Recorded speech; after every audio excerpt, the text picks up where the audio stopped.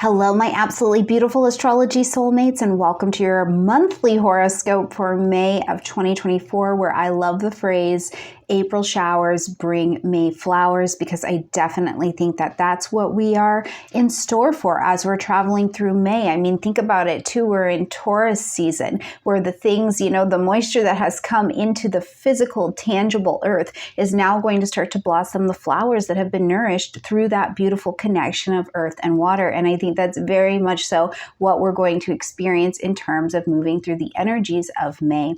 Now, first of all, I want to tell you that I cannot tell you that May is going to be your best month ever, or it's going to be your hardest month ever. It really will come down to where you're at in the evolution of your experiences in the world. But also, I think if you really want to know how to work with each month, each transit, each week that you are listening to astrologically, understanding not only your natal lunar phase, but understanding where you're at in your progressed lunar phase is going to make all of the difference. Because if you're hearing an astrologer say that, May is the greatest month ever, but you're in your deep winter seasons of life, which everybody goes through all 4 seasons if you stay alive, then you may be experiencing this in a very, very different way. So I want to be clear that I think that that's one of the best ways that you can absolutely make the best use and understanding of your astrology is to understand not only your chart, at least have your chart, but then also to understand which phases you are naturally made up of, because that will absolutely be a game changer in how you're experiencing anything you hear,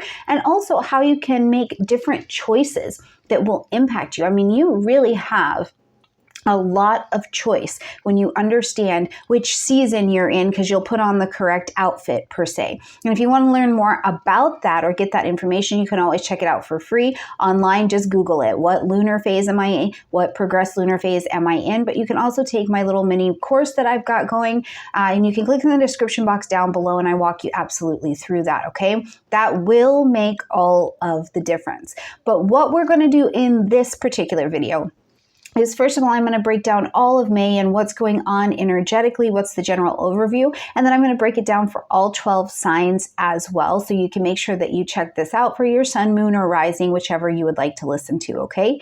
Now, if you're interested in this kind of contact, I am an evolutionary and humanistic astrologer, so you want to know that that's the lens I practice through as well, okay? So when we're talking about May, it is just a month where, first of all, I don't know if you guys really experienced the holdback that April had to offer, where it felt like everything was squished. Nothing was really moving forward. There was just pressure, pressure, pressure, and that energy has really been, for some people, on the table since January. For some people, it got a little bit more tense between March and April, and these were the harder months, especially as we brought some eclipse energy as well. But all of those things that we needed to wait and review, especially during the Mercury retrograde, all of those things that needed a minute to just be reshaped a little bit more,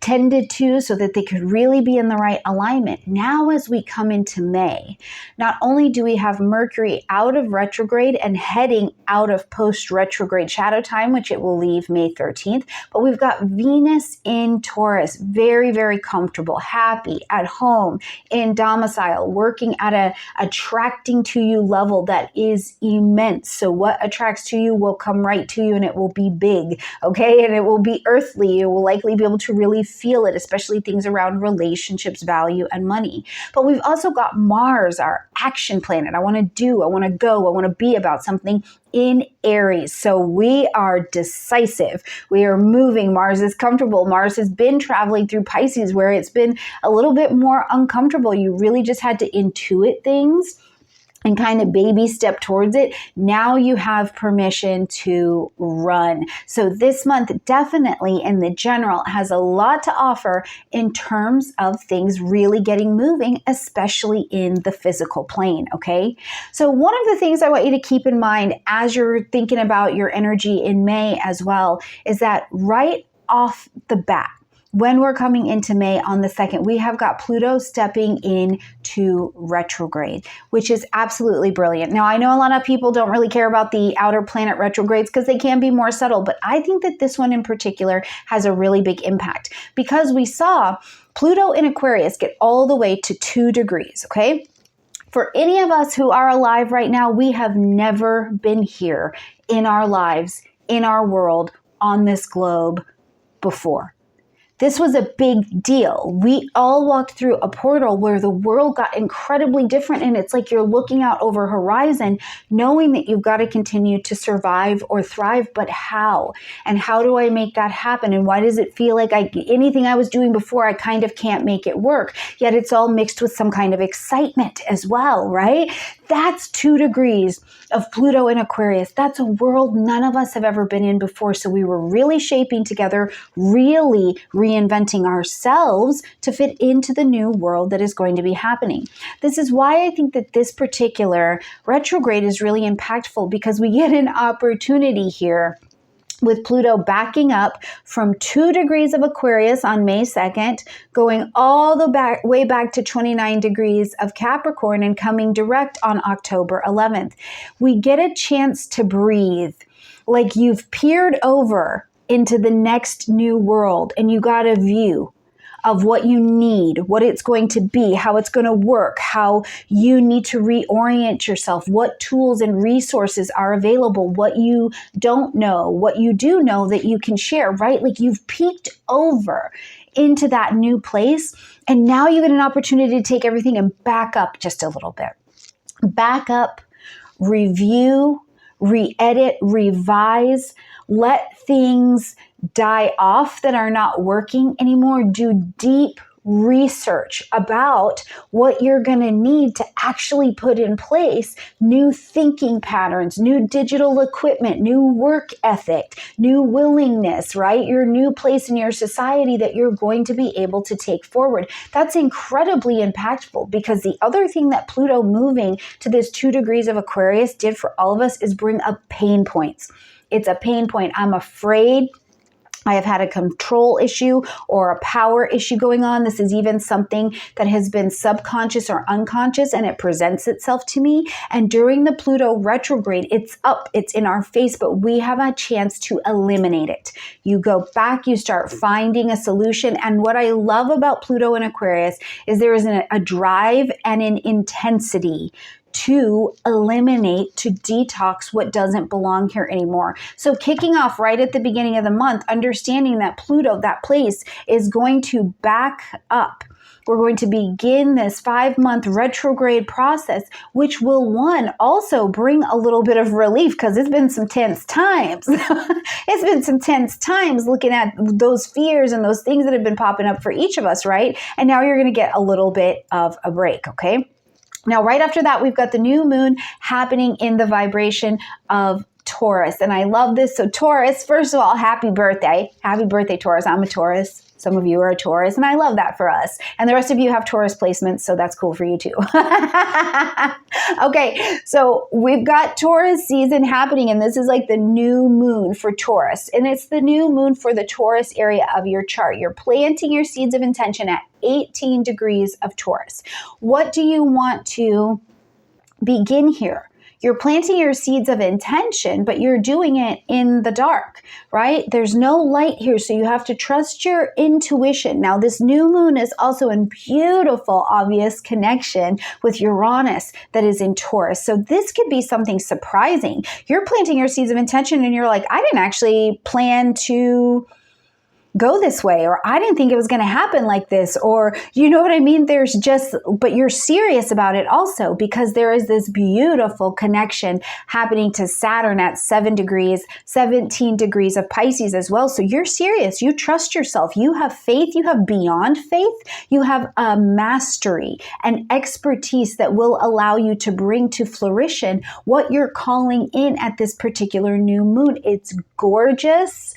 Venus is in Taurus, so the ruler of this lunation is in domicile. It is absolutely comfortable, and you are planting your seeds of intention here to begin something in the material plane. I cannot stress this enough. So plant those seeds, then let them be nourished, watered, let them have a little bit of material world electricity, like cosmic miracle grow put on them by Uranus, and the consistency to have them develop beautifully and in something that is long-term for you. That's the fertilizer. That is Saturn. I absolutely love that energy for each of us. So I hope that you get a little bit excited about this. And I hope that as you're listening to this forecast, you're thinking to yourself, okay, what have I seen? What have I learned? How have I changed? How did Uranus, even being in Taurus, awaken skills or gems or talents or curiosities or innovations of yourself that you're like, yeah, I can do this. I can use that now. That is useful to me, or I can be useful in that way. And remember, we just had the Jupiter-Uranus signature that also happened at this area, but that was like a starting point, okay?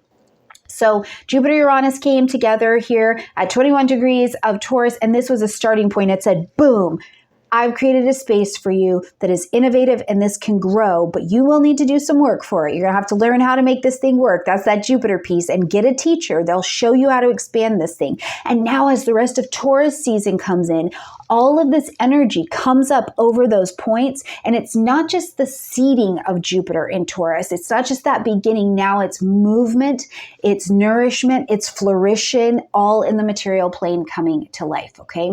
Now, when we get to the middle of the month, we're going to see that we get, well, before we get to the middle of the month, we're going to see Mercury move into the energy of Taurus as well. Now, Mercury in Taurus is a bit slow. Mercury wants answers like this. It's like, give me the answers. Give me the answers. What are we doing? What are we doing, right? And in Taurus, you have to slow down. Mercury has to slow down again. We're not whipping and zipping like that, friend, okay? So being a little bit slower, being a little bit more methodical in how you think, being a little bit more precise in the conversation, thinking more long-term, thinking more practically. You know, we've just had Mercury in Aries where it was like, I think this, and it's very impulsive. I want to do this. I'm thinking about it. I want to do it. I'm thinking about it. I want to do it. So now our energy becomes a bit more consistent, stable, enduring, and deliberate. And so as you're thinking about these plans and you're laying things out, the whole energy of Taurus is like, pace yourself, lay this out, have a particular deliberate thought process that's going with you as you're making your plans, as you're planting your seeds of intention. One of the other things I will say that I tend to find is that when Mercury gets into Taurus, I love listening to people's voices. I love it. And this is the time of year when Mercury gets into Taurus, I turn into a songbird because your voice just becomes so beautiful, governed by all that Venusian energy, or I like to watch people's hands. So let me know in the comment section down below when you are in Mercury in Taurus season, what have you noticed? But the voice, the hands, the speech becomes to me really sensual, really sexy. I enjoy it quite a bit, obviously. Now, when we get to the 18th of May, we're going to see that Venus and Uranus are coming together. This connection, I just think, is lovely. It's electric.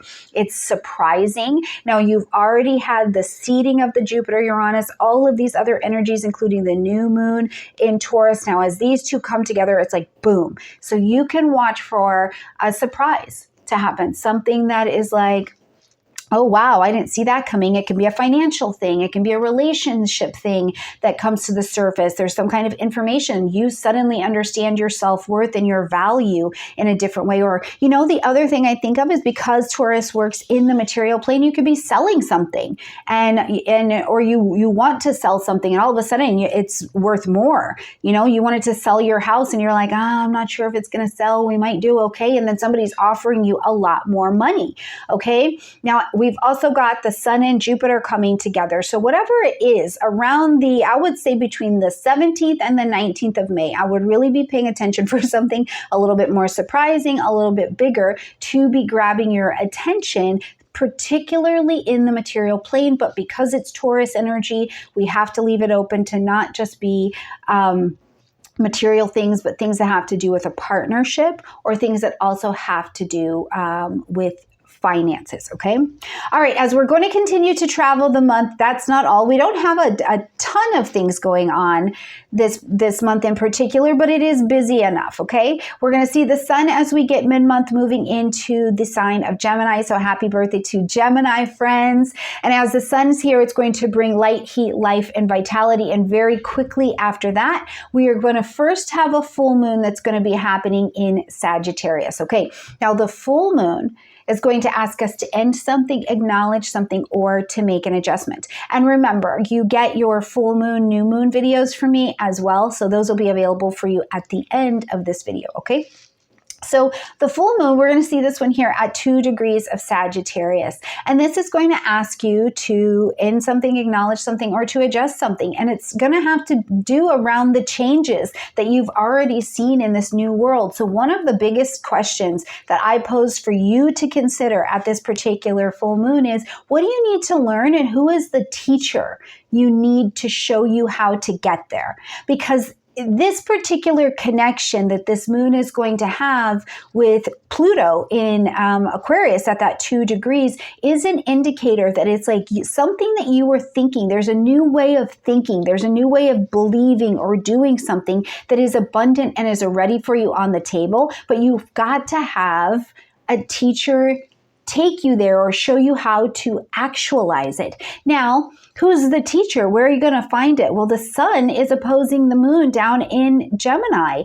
You've got to learn. It's like you've got to become the student in order to get the wisdom in your heart of the teacher. So I look forward to seeing what that is that rolls out for you under that particular full moon. The other thing I was thinking is that pretty quickly here too, we're going to see that Venus gets moving into Gemini. So for some of you, I just want to say it could happen. Same day, it could happen, okay? First of all, what you're attracting is a lot more of an intellectual proposition. This could be romantic. Venus is still Venus, right? So you could be attracting something romantic to yourself. But what you're attracting to yourself, especially in light of this particular full moon, is you could be attracting just more conversation, more intellect, more information. You're like, I need to know this. I need information to course correct or to adjust from that full moon. I need to know this. And Venus starts calling it in your favor so that you can have the information you need to be the right kind of student. And the thing I'm going to encourage you as we see the sun and Venus get into Gemini is to commit. Commit to what you're being shown. Commit to what it is that you want to grow, because just behind this, friends, we are going to see on the 25th that Jupiter gets into the vibration of Gemini. I love this. I really do. I love all the transits. I think they are all perfectly useful. But Jupiter in Gemini is going to bring so much information, right? It can expand your network. It can bring to you. It's lucky. It's bringing all of the benefit. The other benefic, Venus is in home territory. So it's a really benefic kind of month. And this is so good. You know, you're having these experiences. You can expand your voice out. You can expand your teachings out, things like that. Whatever it is that you know, your talents and your abilities. But Venus and Jupiter can also be crazy making.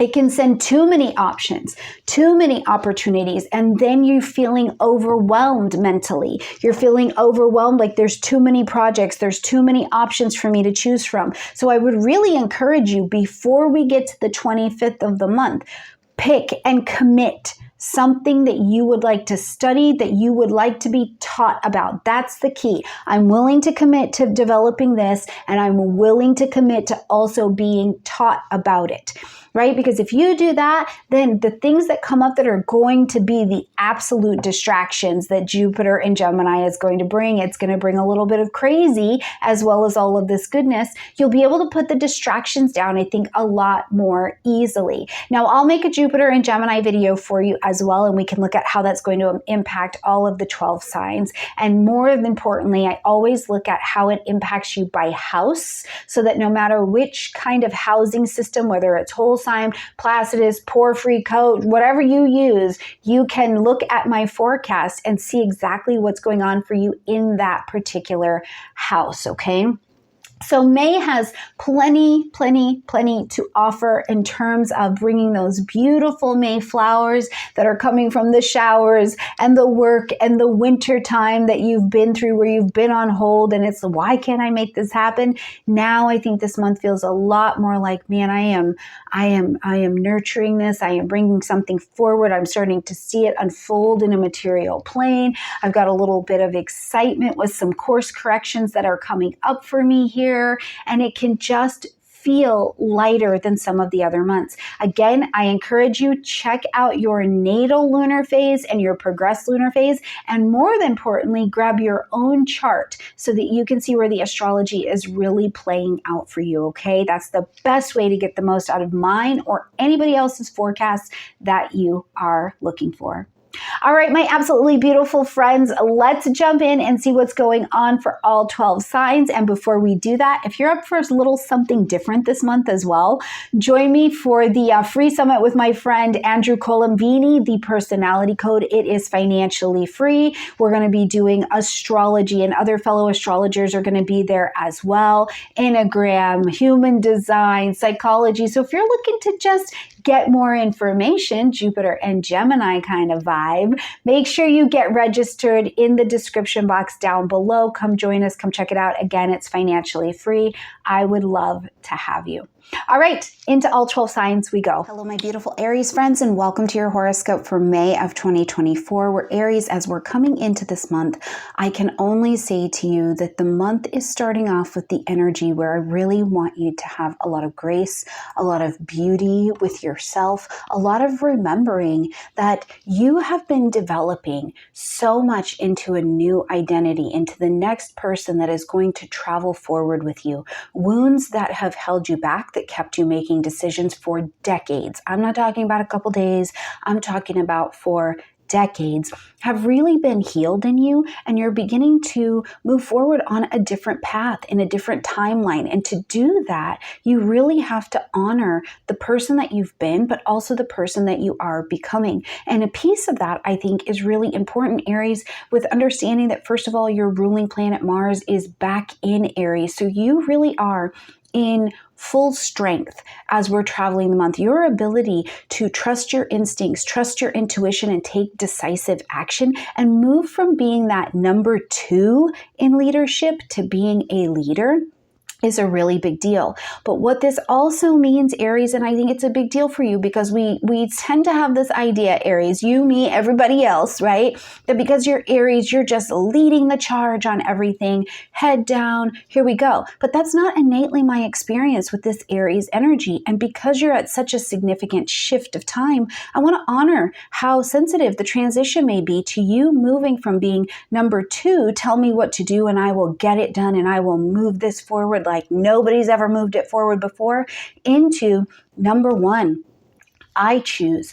I call the shots. It's all on me. And that is a very different position. And you are built for the task. And I really want to, I'm a Taurus. I want to love it into you and make it beautiful. But I really want to hold space for you to know and to understand that you can do that. And it all is really happening this month. The changes, the transition is on the table for your taking.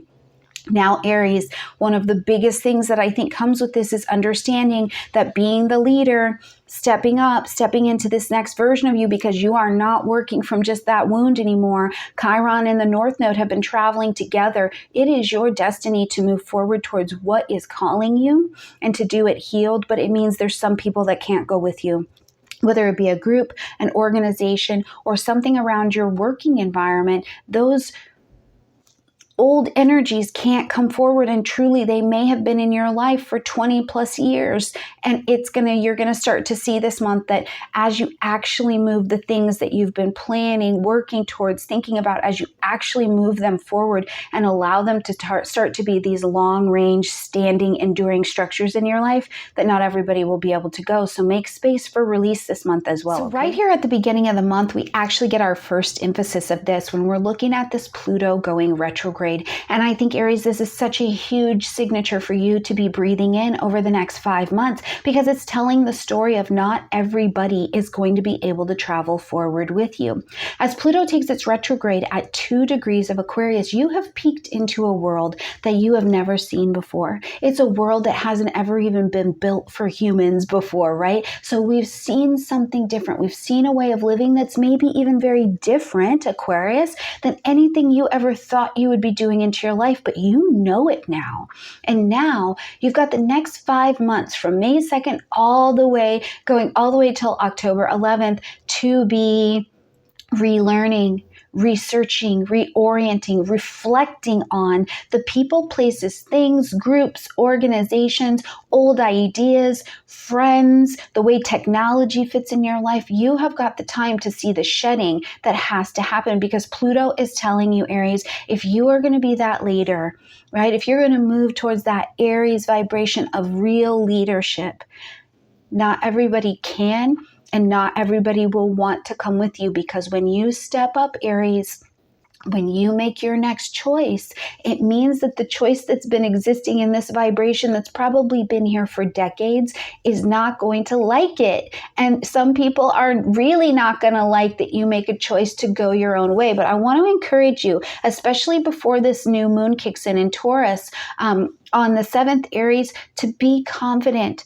Be courageous. This is your time. This is your season. You are moving from a position of healed energy. It doesn't mean the wound's entirely healed, but damn it, there is a lot of healing that has been done. But now it requires your action. And I think we really see that, especially between the 5th and the 6th, where we're looking at this Chiron and the North Node energy, and we see that it is your destiny to move to the leadership position. It's me, I'm the one in charge, right? Which we're not trying to negate the Libra South Node position, right? But the Libra South Node, Aries, has been more about what others need, the stories we tell ourselves about why we're connected to this othering body. Codependence has definitely been in there. And where we're moving to is that you're going, no, it's me. I choose this.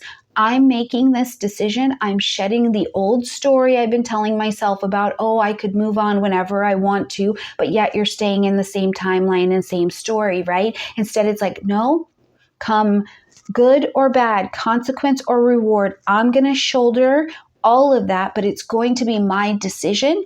And by making my own decision, this is where I find and ground myself that I can add to the we. And thus it creates an interdependence within your being, within your relationships. And it also will open up a whole vibration around you for what you intuitively want to come next. But it really, I think, requires a lot of courage, and it's available to you. It's available to you because you've learned this lesson, but I think it's really, really pronounced before this new moon. Now, when we get to the new moon on the 7th in Taurus, and this is going to be at 18 degrees of Taurus, lighting up your second house space, okay? So the new moon, first of all, we're planting our seeds of intention, and make sure you watch your new moon video, okay? But this particular new moon is delicious. It's really delicious. We see that this new moon is conjunct Uranus. It's in conversation with Saturn. I talked about it being in conversation with Ceres, who will also go retrograde this month. And so it's really a lovely time where, in a practical, stable, earthbound way, your finances could be getting some love, right? Now, first of all, it could be, you've been trying to work something forward, especially in April, which April was a lot, Aries. It was a lot. And there you're trying to move something forward and it really wasn't happening. But now here in May, as we're looking at this particular new moon, there's this wonderful opportunity for your finances to finally, it's like, ooh, I knew that money was out there, but where has it been? And so you're finally able to bring what you've been working on to fruition. And it can be really, really lucrative for you, or at least,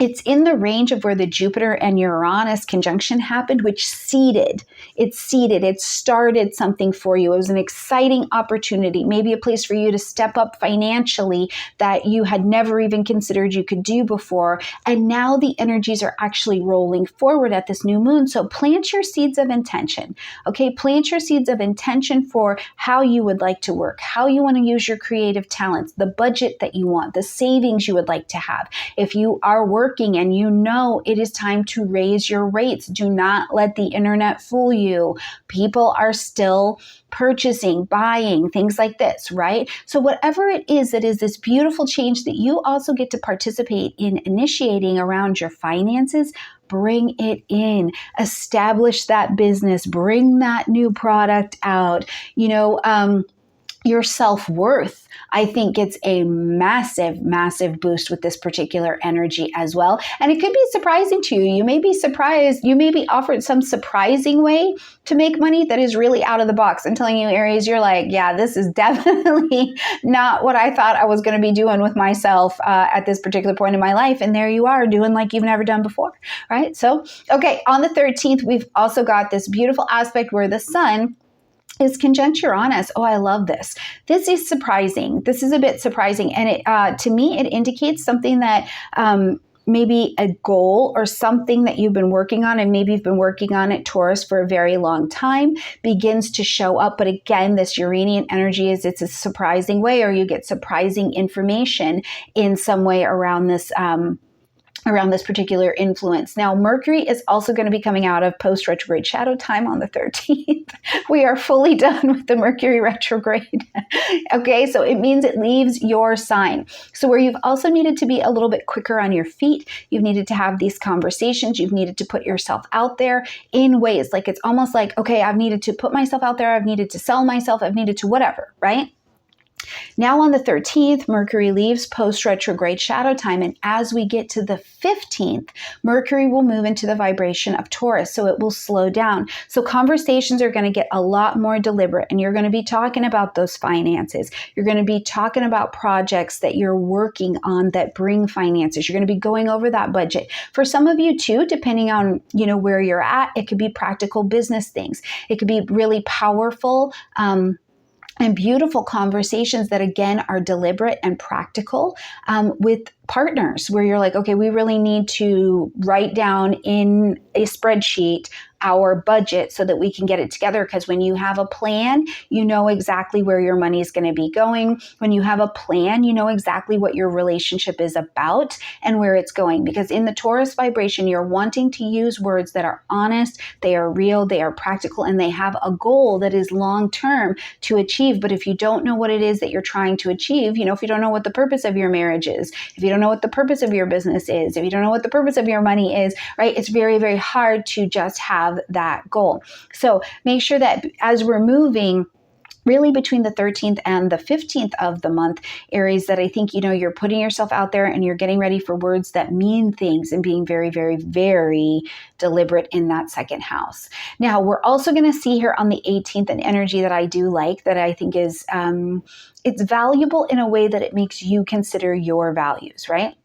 So we've got Venus and Uranus in a conjunction here, but then also we've got the Sun and Jupiter in a conjunction. So it is a day that is just like, you know, it's going, things are coming together. The melding of energies here are really working for you. And so it's a day where I want to say, do it. That's really the energy I want to say, is do it, Aries. Like, do it. Here you are on the 18th, the 19th. Do it. Do it. Make it happen. Push it. Say yes to that thing. Join forces with someone else. Does this have long-term value for you? Do it, because this is the time and the energy as they come together that you have new surprising opportunities. You know, you are feeling very much so like you're in forward motion and able to take on what's being presented to you. Now, we'll also see that Mars and the North Node have a conversation here, and it's really lovely because, again, you know, I've been talking about this action of you have to choose, Aries, you have to choose, you have to go to it. It's your destiny. You are already loaded with the toolkit that you need to be successful, and if something in your toolkit is missing, you will be acutely aware of it, but it is for you to move. And I think for the first time in a very long time, Aries, you feel in control. And you feel more powerful and like you are really the captain of your ship and this is your destiny, but you're getting to choose it as opposed to being kind of bunked around to whatever's coming next. So really between the 18th and the 19th, I would be looking at really maximizing that energy of making decisions, doing it, putting yourself forward. Now, when we get to the 20th, we are going to see that the sun moves into the vibration of Gemini, and this is going to be the annual light up of your third house space. So all things having to do with communication, studying, learning new programs. Maybe you're learning something, maybe you're teaching something, you're writing that book, you're signing that contract to buy or sell a house or a car, maybe you're making those airline tickets, right? But also news or information, I think, could be coming from a sibling, as well as this information also lives in the third house, because we're going to see that as the sun enters Gemini here, it's also in a really nice trine to Pluto. So, you know, we've got that Pluto that's retrograde now. So something about an old friendship group, maybe you get information from a sibling about someone in an old friendship group, and it creates a change of dynamic or a change of opinion or a change of perspective in some way. But I do also think that this is like, you know, a sibling or someone brings you information and it's like, oh, I have to do something different. This requires me to think about this in a different way, because Gemini will change the network, but it will also change the thinking. And it's very deliberate because the ruling planet of Gemini is in Taurus. So whatever it is, it will change what you have thought and what you know for a very, very long time. Okay. Now on the 23rd, we've got a really big, beautiful day going on. Not only do we have the full moon happening in Sagittarius, but on this day, we've also got Venus and Jupiter in a conjunction. This is, as far as a full moon goes, you guys, you know, we've been eclipsing, we've been doing all of these things, and I understand that some people disagree with me, but I think that the Scorpio full moon that we had last month was really maximum impactful, and I think that this particular full moon has maximum impact as well, because it's so incredibly fortunate.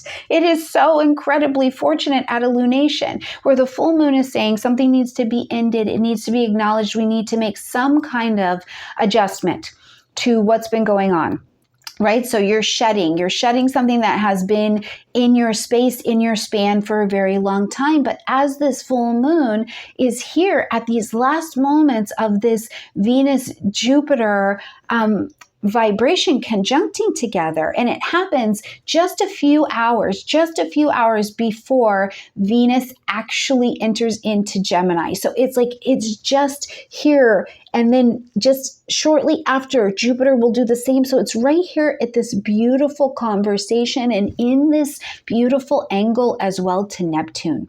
Okay, so it is a day, it is a lunation that I think is loaded with not only romance and potential. I think that there is a creative opportunity that presents itself, and it's like all of the lights in the room are on for you right now, Aries. So my question is like, what's happening that there's been this creative opportunity that's just been kind of like sitting here for you, and now you're ready, you're like, okay, this thing is about to become a reality. Are you going to write that book?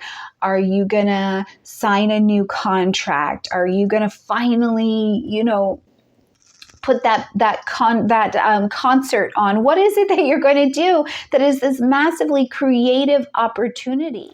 Now, at this time, we're also going to see that the sun is in a trine and the moon is in a sextile to Pluto. So I'm telling you, something new is coming to life.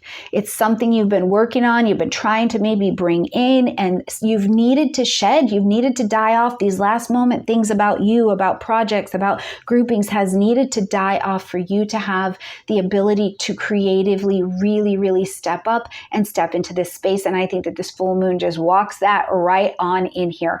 Now on the 25th, here it is, Bajang.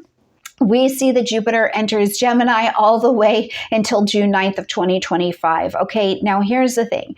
So the sun enters the energy of Gemini once a year. So this is common. We know it. Every year you get an annual light up. About every 18 months, Venus comes into Gemini. So, okay, not too uncommon. We get that, you know, about every 2 years. But Jupiter comes into Gemini once every 12 years. So this is significant. You're getting a new stamp that you haven't had since 2012, 2013 timeframe. From there, you can go back every 12 years and see what began to unfold here. Now, Jupiter is a benefic energy. It's the biggest benefic energy, but the way that it's benefic is where I happen to disagree with some things. First of all, I don't think that you're going to just be loaded with luck and opportunity.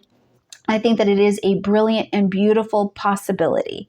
I do think it is a brilliant and beautiful possibility. I think that your network, Gemini, can absolutely expand the things that you know. Your life gets very busy. It gets very diverse as well, because Jupiter will dig into those networks and move things around. But also, the way that Jupiter works, the way that I teach it, is that Jupiter says, here you go, I will preload you, I will preload this area of your life with wisdom, with a gift. It's natural. But the only way that you can keep it and actualize it is to give it away, right? So immediately, first of all, what we know is that Jupiter is going to be bringing a signature into your life where you're going to need to talk, you're going to need to share information, you're thinking and doing, you're connecting, right? This will be something you need to do to actualize the Jupiter gift. But the other thing about Jupiter being here is that when we have Jupiter come back to an area, the way that we get the wisdom is through experience. So not everybody's Jupiter return, if you're having that, not everybody's Jupiter return to this area of your chart feels like a walk in the park,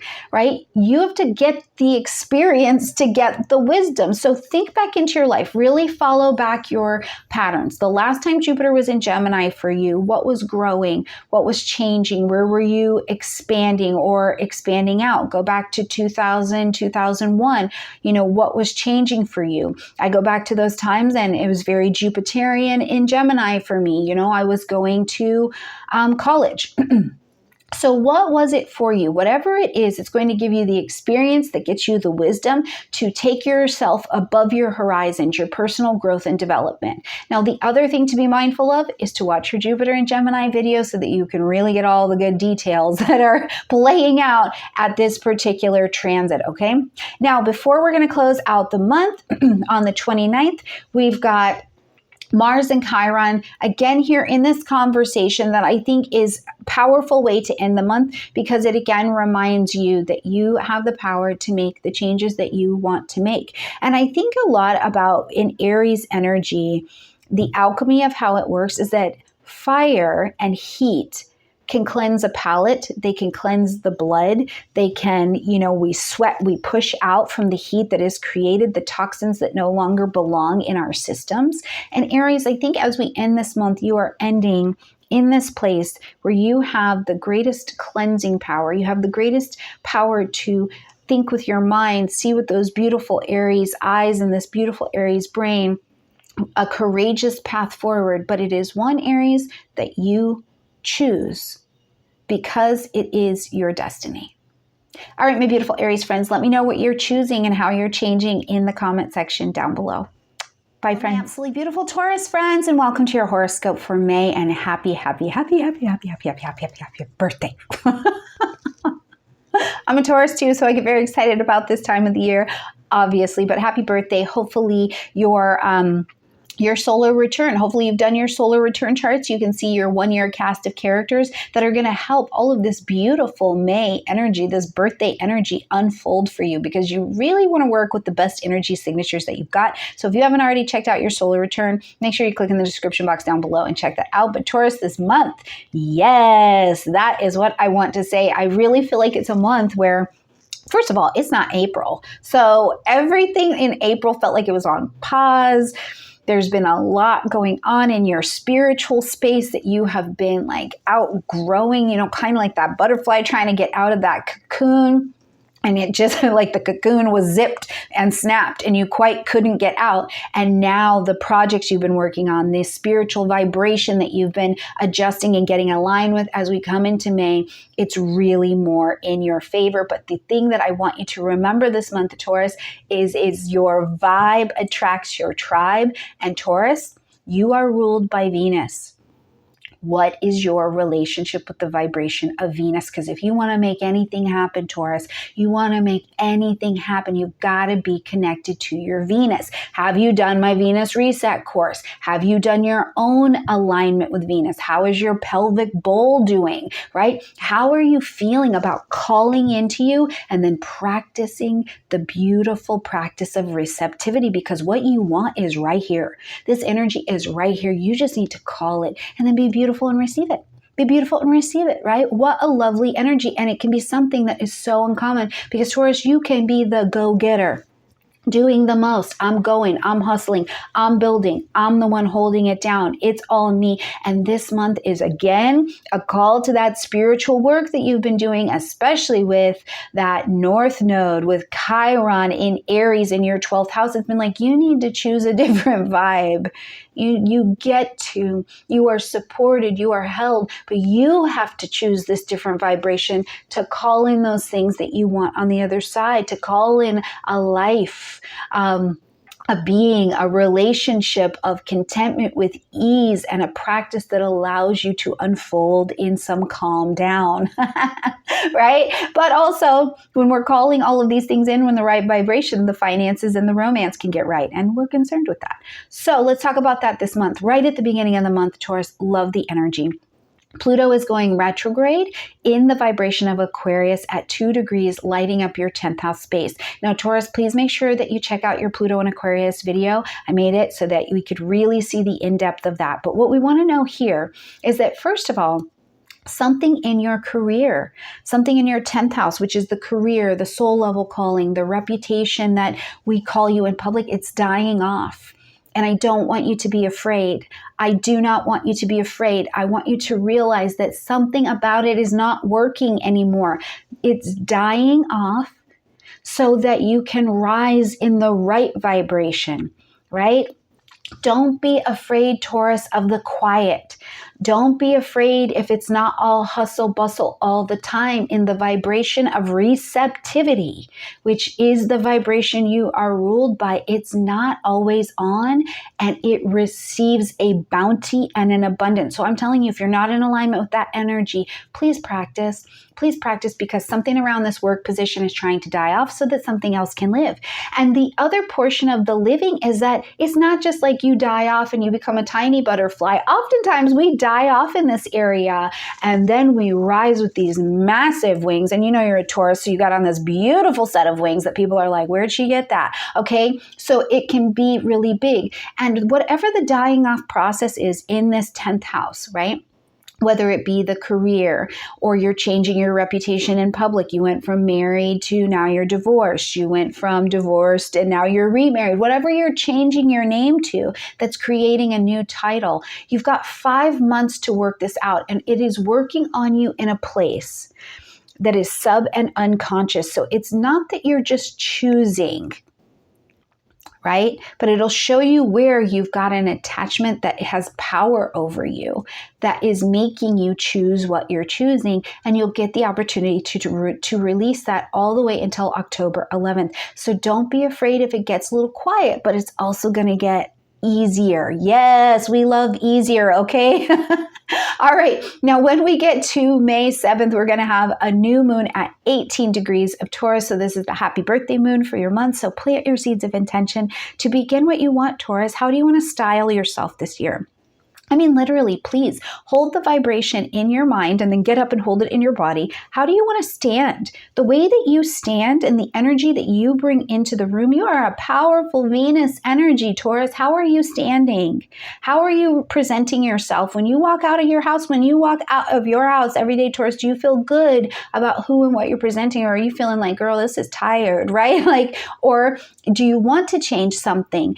Are your color palettes changing? My color palette changes like every year. You know, what is it about your physical appearance or your body or how you are in your dynamic of your close relationships, your relationship with money, and how at ease you are with that? What is it that in you would like to bring to fruition? Because plant your seeds of intention. You're going to be moving brilliantly, practically, so it will get done. Now, the other thing I love about this particular moon, Taurus, is that it is in conjunction with Uranus. Jupiter's not far off. There's a lovely conversation with Saturn. Please make sure you watch your new moon video. And also Ceres is involved in a trine with this. So love yourself. I mean it. Love yourself into the transitions you are ready to take. Love yourself into a new personal story. If it's a story of, I'm not accepting debt and scarcity and lack anymore this year, I'm ready to stand in a position of abundance. Bring it in. Bring it in. It's really beautiful energy. Okay, now when we get when we get to the 15th, we're going to see Mercury moving into your sign. Now, Mercury in Taurus helps your thinking be very, very deliberate, right? In Aries, it's like, I need to do all this. The mind could have actually been racing. I have to do it. I have to get it done. I have to make this happen, right now. And this energy here, we have seen on the 13th that Mercury left post-retrograde shadow time, so we're moving full forward. Now it's in your sign. The thinking is deliberate. It's slowed down. You're asking practical questions. You're practically looking at patterns and making decisions, right? You may even be speaking. You may be on a public stage where you're speaking, you're teaching, you're presenting. Something about that could really be happening. The other thing I love about Mercury in Taurus is typically the Tauran voice changes. It's like a season where your voice just becomes a little bit more beautiful for some reason. So I absolutely love that. So please feel free to absolutely enjoy that vibration. Okay. All right. Now, when we get to the 18th, lovely day. Lovely. We are going to see that Venus and Uranus are in a connection here, but then also the Sun and Jupiter in a connection. So when I tell you it is a power-packed day of opportunity, surprises that could be coming your way, this is what I'm talking about. And I want to tell you on the 18th, between the 18th and 18th, 19th, right there, if there is something that you wanted to do, someplace you wanted to go, something you wanted to put out, Taurus, do it. Do it, do it, do it. Take it on, put it out there, move it forward. This is a time where you can really be seen and you can have this kind of abundance explosion, right? It is available in the general signature. Now, of course, you need to align this with your chart, but I think that this is a time where what you've been seeking, you're in the right alignment and it can be delivered to you, okay? On the 20th, we are going to see that birthday time is over and the sun is going to move into the vibration of Gemini, now lighting up your second house. So the sun's bringing light, heat, life, and motivation. You are motivated to make these changes around your finance. Also, I think finance can be finding its way to you, but it comes in a networking kind of way. You're talking, you're sharing different points of view, things like that. As the sun comes into Gemini, there's going to be this beautiful conversation, a trine happening with Pluto as well. So you're changing maybe even who you're learning with or who you're teaching to or a class you're taking or something. Your knowledge base is changing around how you make money, the concept of money, your money mindset, your relationship mindset is really different. Now, the other thing I was thinking of is truly, really, truly, around the 20th, the 21st, if you have somebody who's like, oh, I want to set you up on a date.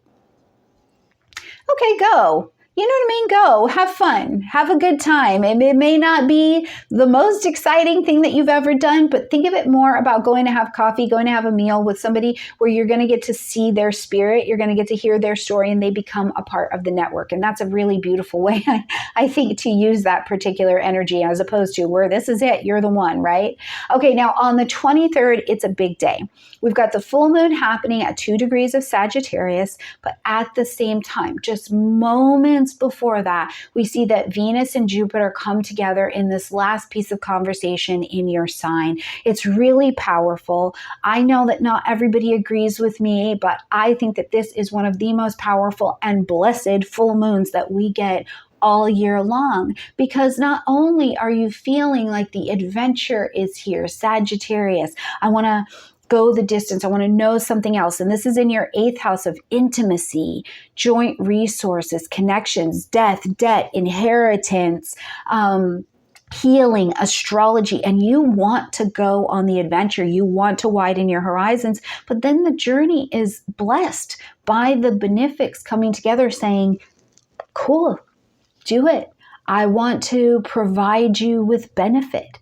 I want to see this area of your chart, this ending, this acknowledgement, this adjustment that you are making with good fortune. So I think it's an absolutely brilliant day to take it on and see. And let me know in the comment section down below, what are the advancements? What are the expansions? What are the changes? What are the blessings that you're hearing for? I don't know about anybody else, but at the Jupiter-Uranus signature, all of my mail, I'm not kidding, because we have international mail coming now, right? So all of these things were coming from the United States to my inbox. I had a stack of mail from companies.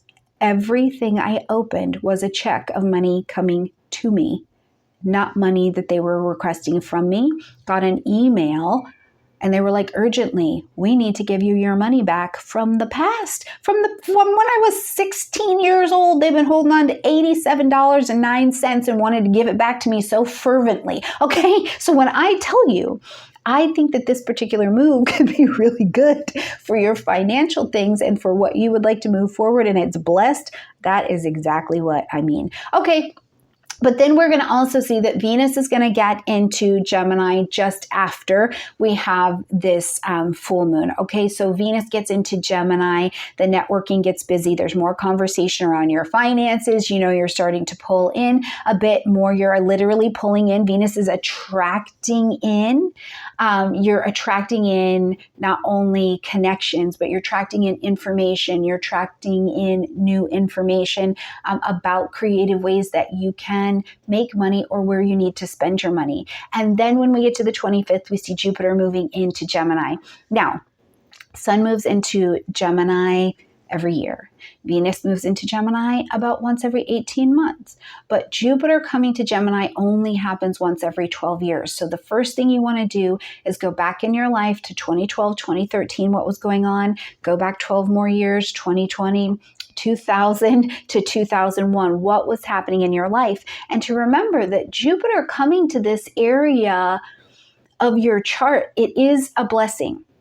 It is a blessing because Jupiter is a benefic, right? But the way that Jupiter brings its benefits and its blessings is by saying you need the wisdom. We're going to get you wisdom here, but the way you get wisdom is through experience. So not everybody is going to have this time where they identify this was the best time in my life. The question is going to be, what did you learn or go through that gave you a massive amount of wisdom that you can apply now? And how are you using that wisdom, Gemini, to teach it to others? Because that's a valuable resource for you right now. I'm telling you, we are in the digital revolution. If you are not using your skills and talents in some way to really benefit others and to be of service and to show that generosity, you may be missing out on opportunities for financial, spiritual, and personal freedom that are right here at your fingertips. All right, my absolutely beautiful Taurus friends, I hope you have a gorgeous month. Happy birthday, and I will see you in the weeklies and, of course, in your other supporting videos to help you navigate the month. Bye. Hello, my absolutely beautiful Gemini friends, and welcome to your horoscope for May of 2024. We're Gemini this month. I cannot stress it enough, but you've got to trust your intuition because your intuition is showing you.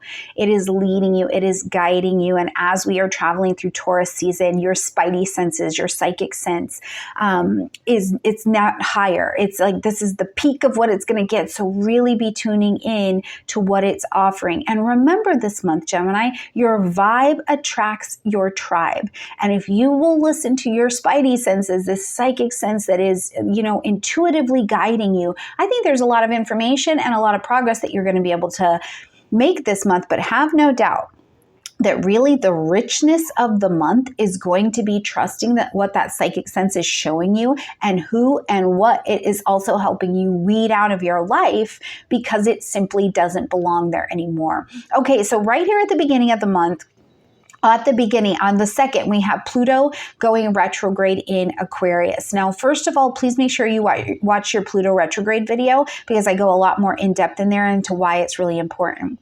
But what we want to know right now is that in your 9th house, publishing, marketing, broadcasting, old philosophies, old beliefs, old faith practices, old desires to travel or things that are foreign, rituals even that you've had, sometimes legal things as well. Anyways, they are dying off. They are dying off. Now, Pluto is pulling them down. It is saying this has to die off. This belief system, this connection doesn't work anymore. This cannot be the belief system we're building a life on because it's actually killing us. So I'm going to tear it down. I'm going to destroy it in order for you to rise, okay?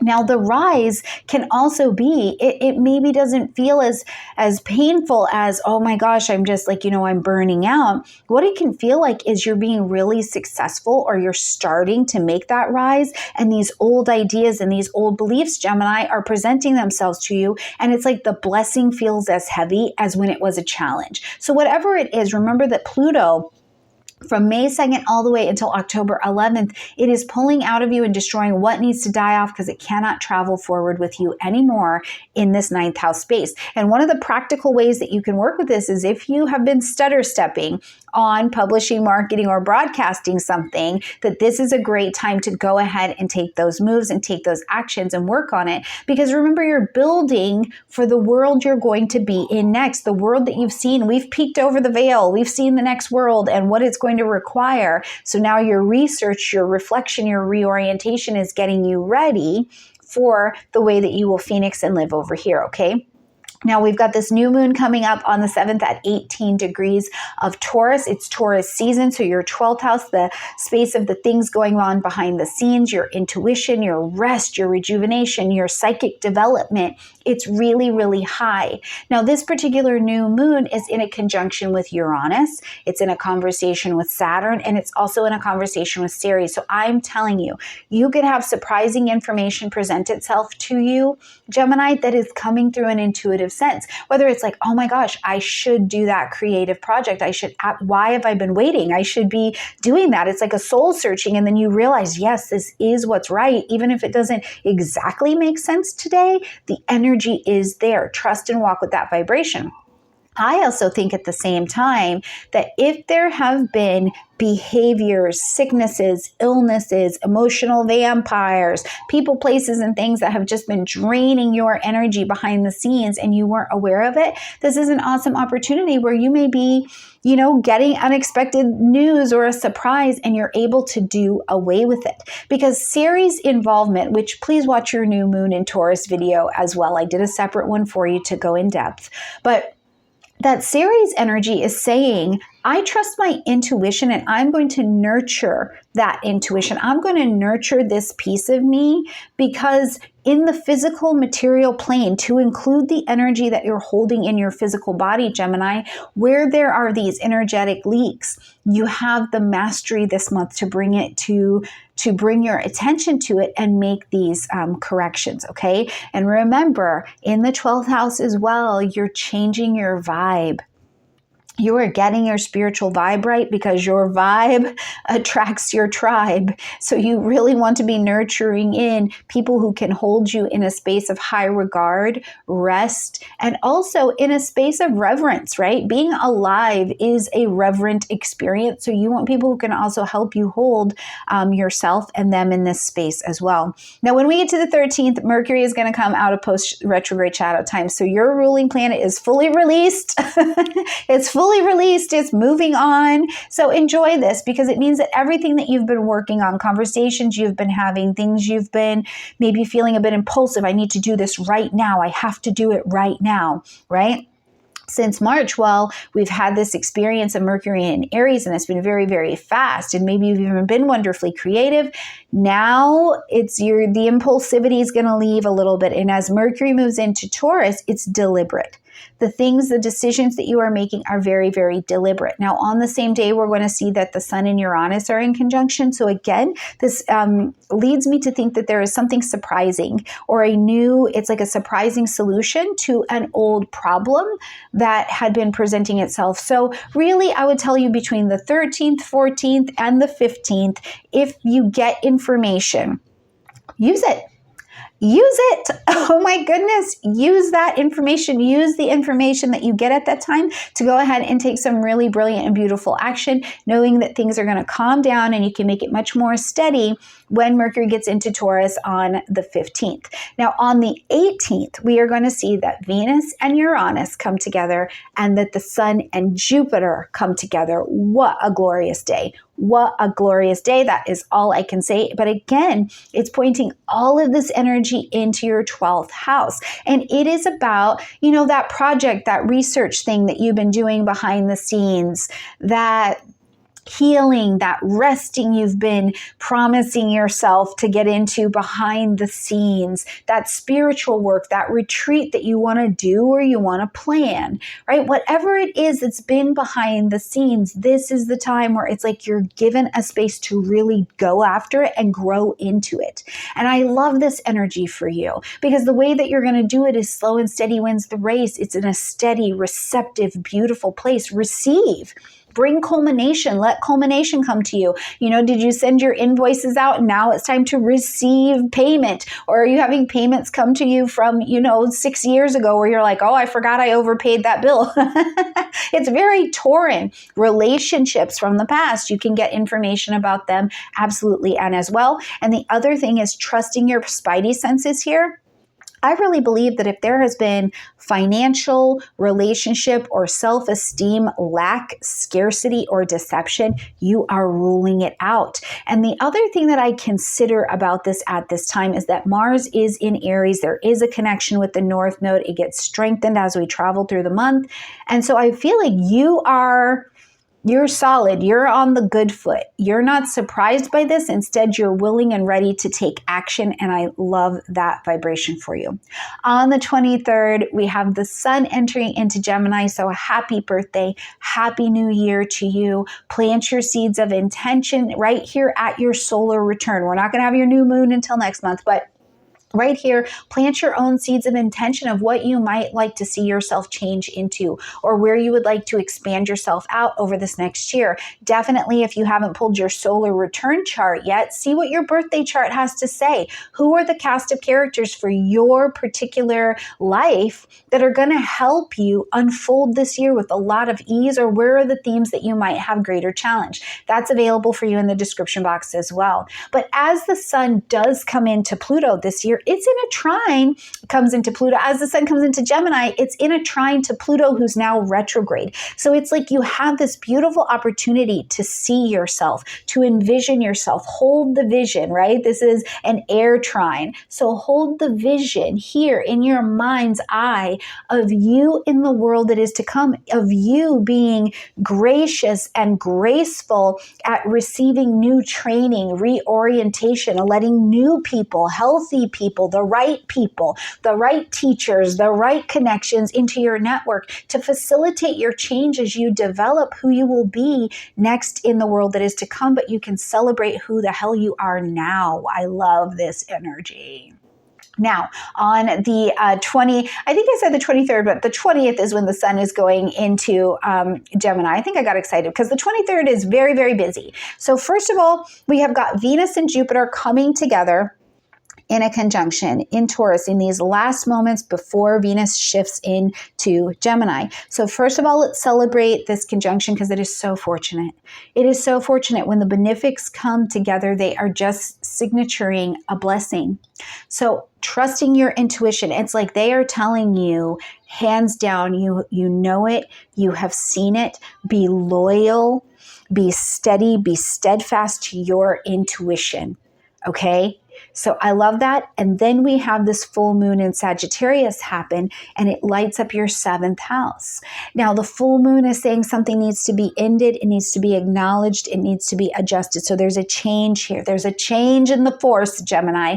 And in your relationships, paired with trusting your intuition so much, again, this can be a cleansing, right? Where you're like, I'm going beyond my horizons. I'm changing my mind in relationships. I'm getting a new philosophy around relationships. That's very Sagittarian, right? But what you're doing is you're acquiring people, places, things, clients, siblings, family members. You have this mind frame now that I think you've never had access to before, where the sky's the limits when you have people surrounding you that are extraordinarily loyal. But it's because your vibe is attracting your tribe, Gemini. You are demanding it at this point and holding tight to that. Now, also, Sagittarian energy, right? I have to consider the perspective of travel, especially because in just a couple days, Jupiter is going to go into your sign. So I'm like, what part of your network doesn't even live in the country that you're in? What part of your network, what a part of your new experience speaks a different language or something foreign to you, where this is actually calling and opening that window for travel, for diversity, university, legal things, where it's expanding you outside of your horizons, whatever it is. This particular full moon, I think, is one of the most blessed that we have of the entire year, okay? Now, just after that, on the same day, we see Venus shifting into Gemini, so now it's attracting things to you. Venus is saying, yep, Just call it in. The vibe will attract what we want. So what is your relationship, Gemini, with your Venus? How are you doing at being receptive? How are you doing at relax, take it easy, don't struggle, let it come to me? What's your relationship with that? Because if you can get that in alignment, you can attract to you, Gemini, what you want. But also Venus is moving into your sign. You may be changing the look. You may be changing your color palette. You may be changing your branding, things like this, but attract it to you so that people can be attracted to you. Now, if you haven't taken my Venus Reset course to get in alignment with your Venus, I would highly consider that you do that, because at this point in the game, it is solidly about your vibe and your relationship with these Venusian concepts, okay? On the 25th, Jupiter moves into your sign. Love it. Very busy. So let's talk about this in two ways. One, Jupiter coming can be, it's a benefic. So it's literally calling things into you where it's like, here's your lessons. Here's what you need to learn. Here's your new teachers. Here's generosity. Here's charity. Here's luck, a bit of luck. Here's your expansion that is available out into the global stage, right? You're being seen in a bigger way. But also, where I think all this brilliant, beautiful charity that's available to you and can really be so fortunate is great, I can see the challenge that comes with this as well. Gemini, you've kind of, before the 25th of May, I would really encourage you to pick one or two containers, one or two projects about yourself or something that you're working on or a desire that you have, and you're willing to commit to these one or two things. And the commitment is, I am willing to commit to this for a year, but I am also willing to commit to being taught. You have to be taught. You're at the end of the knowledge you have on how to express this and expand this thing out. So you're also willing to commit to being taught how to do this, how to present this, how to share this with others, because Jupiter says you can't keep the gifts of my benefit unless you also share them, right? So I would encourage you to pick two containers that you're willing to fully commit to and explore, because Jupiter and Gemini can also go haywire. There's too many options. There's too many opportunities. There's too many things for me to choose. It can just get bigger, bigger, bigger, bigger, bigger. And then it's just a state of overwhelm. And what this can look like really fast, Jupiter in the first house is you are putting on weight, and you are putting on weight at a rate that will make your eyelashes fall out. You're like, what is happening? I literally had a carrot. How have I gained 5 pounds? You know what I mean? So you want to also not keep this expansive energy just in your body, in your space, in your mind, being overwhelmed. This is a perfect concoction for an emotional and a mental breakdown if we're not trusting the vibe. Get into your vibe. How are you going to move onward and upwards with this energy, but in a way that is really aligned with your vibration, okay? All right, my beautiful Geminis, I hope you have a gorgeous month. Check out all of your supplementary videos that will help guide you and make a little bit of sense as you're orienting to the month. And please let me know how it's going in the comment section down below. What are you really working on? What are you wiggling out of your vibration that you're like, no, that doesn't work for me anymore? You can go and you're literally energetically pushing it out. Let me know that in the comment section down below. Have a great month. I'll see you next month.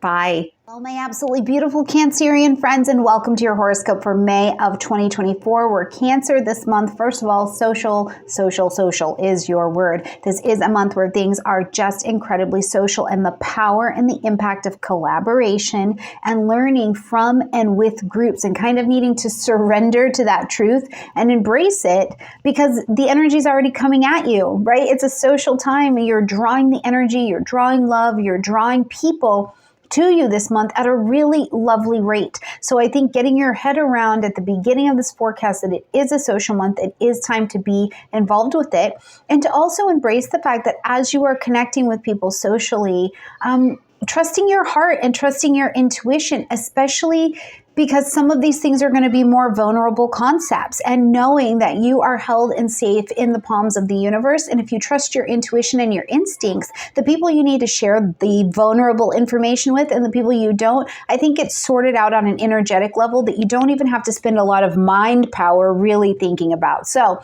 this month I think has a lot to offer, as long as you know that collaboration is key for that Cancerian energy this month. Now, at the beginning of the month on the 2nd, I love it, because we've got Pluto going retrograde in Aquarius. And this is going to be going retrograde in your 8th house. So please, please, please make sure that you check out your Pluto retrograde video that I did, breaking it down separately by housings and really looking at also what it's about for you. But the point here is that as Pluto goes retrograde in this 8th house, something that you've been connected to in terms of a joint resource, a trauma, a story, an old idea, things regarding intimacy, you know, maybe coming to intimacy and connection with somebody in a place or in a way that you've never even imagined you would actually be able to have in your life. Things having to do with detox, to include detoxing old stories. It's like they have to die off so that something else can live and be reborn, or that you're seeing it in a different light. As Pluto is traveling over this next 5 months, many of these things are going to die off, and they can feel really painful sometimes, right? Because I've held the story, it was always going to be like this, it's always going to be like this, it has always been like this, and yet you are detoxing, you're letting it out, and on the other side of that detox, that dying off, is where you ultimately get to live.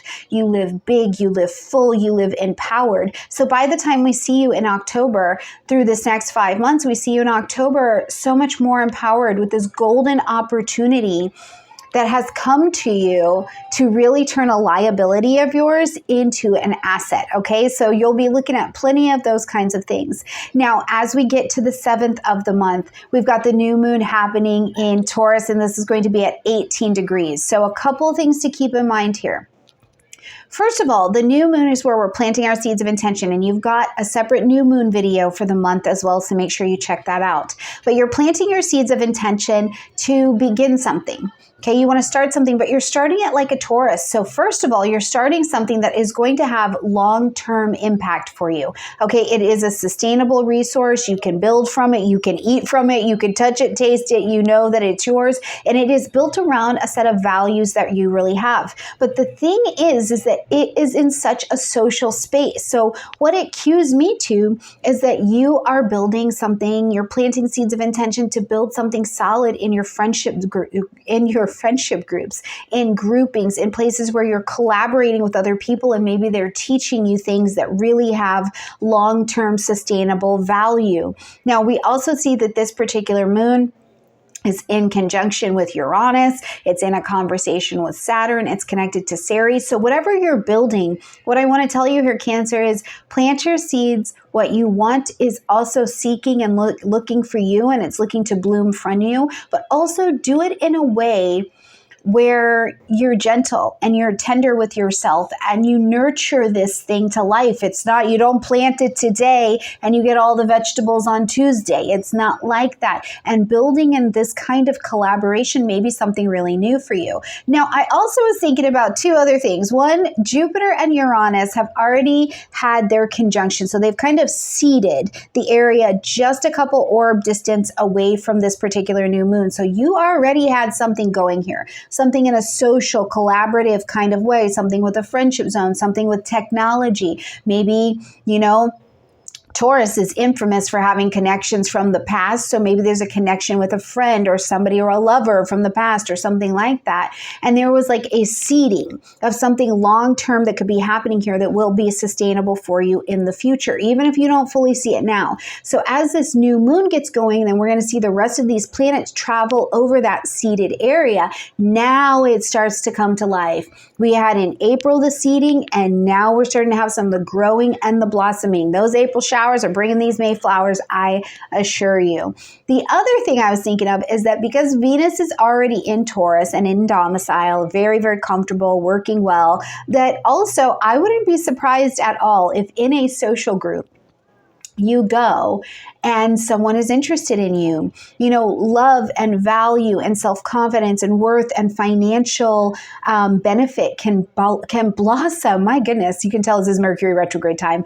Can blossom when we get to new faces. When we get new faces and new spaces, we get new opportunities. So I wouldn't be surprised at all if something really wonderful or surprising, especially with that Uranian energy, doesn't pop up and you have a different kind of opportunity. Does your friend want to be more than friends? Does this social group mean more to you than you realized it did, and there's more value? Are you starting to find value? Are your videos getting traction on YouTube or Instagram or something like that? Okay. Now, when we get to the 13th, we are going to see, first of all, Mercury coming out of post-retrograde shadow time. It's done. We made it. We have survived. So you can know that all of these decisions that you've kind of had in hand, in place, been looking to make them since March, now you can make them. We are out of the zone completely. And that's absolutely brilliant. But also on the 13th, we've got Venus in a sextile to Saturn here. And I think that this is really interesting because what it cues my attention to for you is that it's like you've had these decisions you've needed to make, and now you're ready to like make, you're making it solid.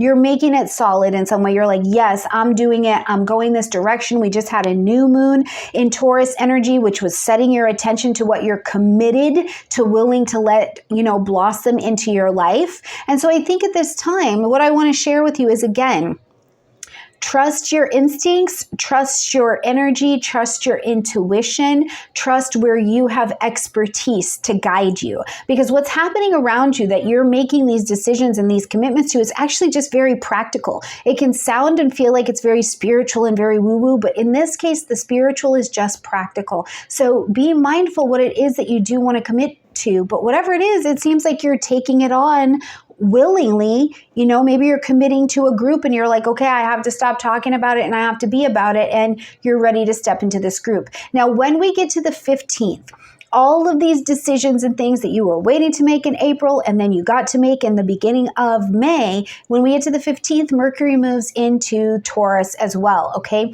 So the decision-making slows down. It's not so impulsive. There's you're making deliberate decisions. You're having deliberate conversations, right? And these are things that maybe even a friend, because this is in such a social and collaborative area of your chart, maybe a friend really wants to have a conversation from you, or you get a message from someone, or even I think that your dreams and your aspirations that you have had for yourselves, you're surrounding yourself with a different social circle, and it's allowing you to aim for something that maybe you'd never even considered that you could honestly have in your life, and you get to trust your heart and move towards that. Now, when we get to the 18th, we've got Venus and Uranus coming together, but we've also got the Sun and Jupiter coming together. And when I say fortune, that is what I mean, Cancer. This is a fortunate, beautiful energy, all seated here in this Taurus vibration. And it is like such a benefic day. So what I want to say to you on this day, between the 18th and the 19th, like these handful of days, if there's something you want to do, something you need to take on, especially in a social way, do it. Do it. Go for it. This is the time, at least in the general. Then we'll see the Sun gets into the energy of Gemini on the 20th, and this is going to light up this 12th house space. So now again, it is really time for you to lean into, first of all, your intuition, your psychic sense, and trust your gut, right? But also for you to give yourself permission to rest. This is the time of the year before birthday time for you where you have to rest. You have to come kind of to the little cave of yourself and look back over and go, what have I learned in the last year? What have I learned? How do I integrate that now? How do I assimilate that and get ready for birthday time? But remember, you have 4 weeks to do that while the Sun is traveling through Gemini. So you're not going to miss out on it, but start to pay attention now. Other expressions of the Sun here in the 12th house, because the Sun is bringing light, heat, life, and motivation. So you are motivated to do what's going on over here. And it could be working on things behind the scenes. If you happen to be one of our soul members in our tribe here who do work behind the scenes, you work on cold case, you're one of our secret squirrels or something like that, this could be a time where you're busy, you're off, you're doing what it is that you do that we don't know what you do, okay? Now, just behind that, on the 23rd, we're going to have another busy but blessed day. First of all, we've got Venus and Jupiter coming together just here in Taurus. Last little dance together here in Taurus. And it is so, when the benefics come together, again, it's a blessing. It is a blessing. What you are trying to go towards, what you are wanting to come towards you, where you are using your expertise at a high level and it is demonstrating such wisdom, yet you're in alignment with it. But then right on the heels of that, we get this full moon happening in Sagittarius at 2 degrees. And this full moon is the time where I think that honestly, things that you have maybe had questions about or you were looking for answers to for like decades, maybe even, you get the answer to them. Now, it could be a lot more short term as well. You know, you're like, I just need to know what's going on with my health. I need to know what's going on with my mental well-being, things like that. You could be getting answers to that as well. But I just have this seeding of answers. And the answer that you're getting is one that like your heart is willing to accept. There's not a lot of fight in it. I absolutely love it. And considering too that when the sun did move into Gemini, just there on the 20th, it came in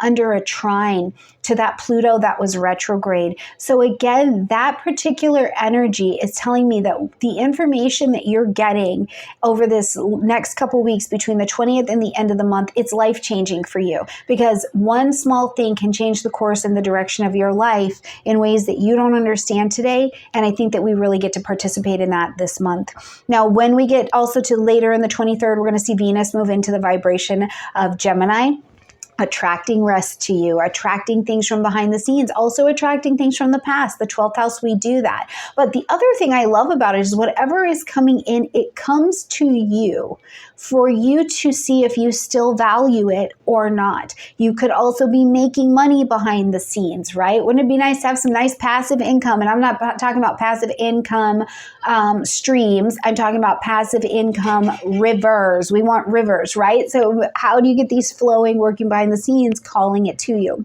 Then when we get to the 25th, Jupiter moves into the vibration of Gemini. And for some perspective here, the sun moves into Gemini once a year. We get that. That's very exciting. Venus comes into Gemini once every about 18 months, okay? So about once every 2 years, we could say. But Jupiter comes to Gemini once every 12 years. So this is significant in terms of looking at what is created in this pattern. And because it's in your 12th house, it is like the past can be your greatest asset. You can turn it from a liability to an asset. Your intuition, your psychic sense, your instinct, your vulnerability, trusting your gut is absolutely the gift that I think seeds for you here. Now, travel back in your own pattern though, Cancer, as well, right? What was going on in your life between 2012 and 2013? And go back then again from 2000 to 2001. What were the themes that were happening? Because it's not all that it felt great. Jupiter is known as being this benefic planet. And yes, it is. It brings benefit. But the way that it brings benefit is you get the wisdom. But you got to have the experience to get the wisdom. And some experiences are like, oh my God, I love it. I traveled to that place. I saw this thing I loved like this, you know, like what? Yeah. Other things are like, listen, that was the dark night of the soul time.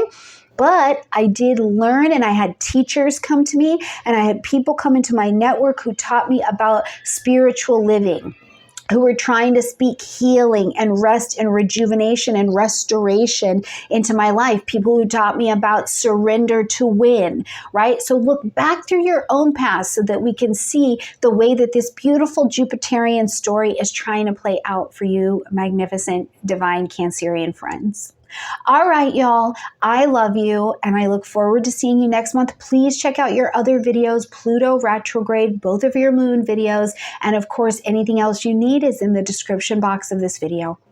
Bye, friends. Hello, my absolutely beautiful Leo friends, and welcome to your horoscope for May of 2024. Where Leo, this month, I think it is like glorious career or reputation news, because we've really got a lot of energy running through your 10th house. That's what Taurus season brings into your life every year, and this year is no different. But I love that we've also had some beautiful seeding with the Jupiter-Uranus conjunction in this 10th house. Then we're going to get all the rest of the planets running over it, and we've got a a new moon happening at 18 degrees. So really what you are seeking, changes coming in your career, your soul level calling, your reputation, and in some way where you're leveling up and being a bit more visible in public is definitely what the month has to offer for you.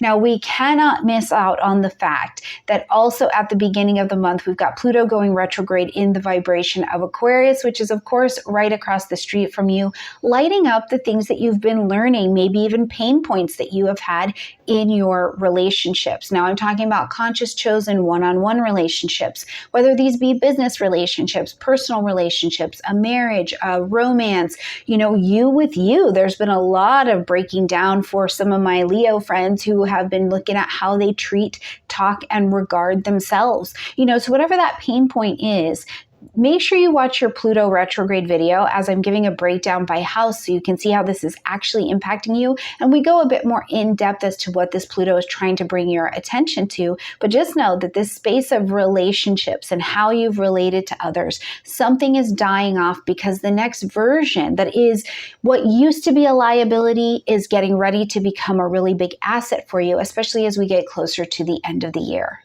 All right, Leo, let's jump in and talk about what's going on this month. So we've got that happening on the 2nd, and then right here on the 7th, we've got the new moon happening in Taurus at 18 degrees. This lights up your 10th house space.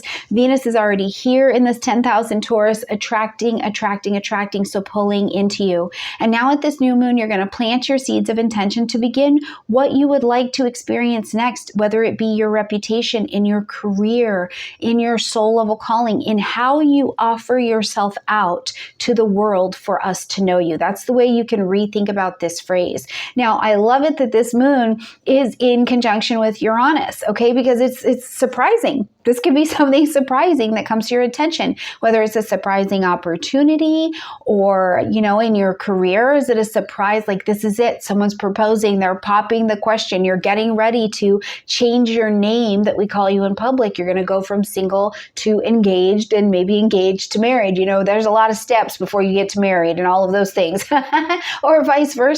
But I think that this Uranian energy is a really lovely signature that there is a little bit of a surprise or a change of direction on the horizon. Now, also make sure you watch your new moon in Taurus video because it went much more in depth with that as well and the aspects that are taking up space here. But one aspect I do want to point out is that at that Jupiter and Uranus conjunction, it's seeded. It began something for you here in your career or in your next level up, Leo, but it just was the seed. It said, here is this thing. You can have it in your career. You can have it in the way that you make money, in what you're known as in your community, but you will need to work for it. And now this new moon, you're welcoming it in. This is going to start to come to fruition. Some of those flowers are going to bloom, but the aspect I think is the most important to pay attention to is the connection that this moon has with Ceres, which tells you, Leo, that yes, it is coming. You will work hard. You're bringing it in, but you also need to nurture yourself and you need to nurture this thing in.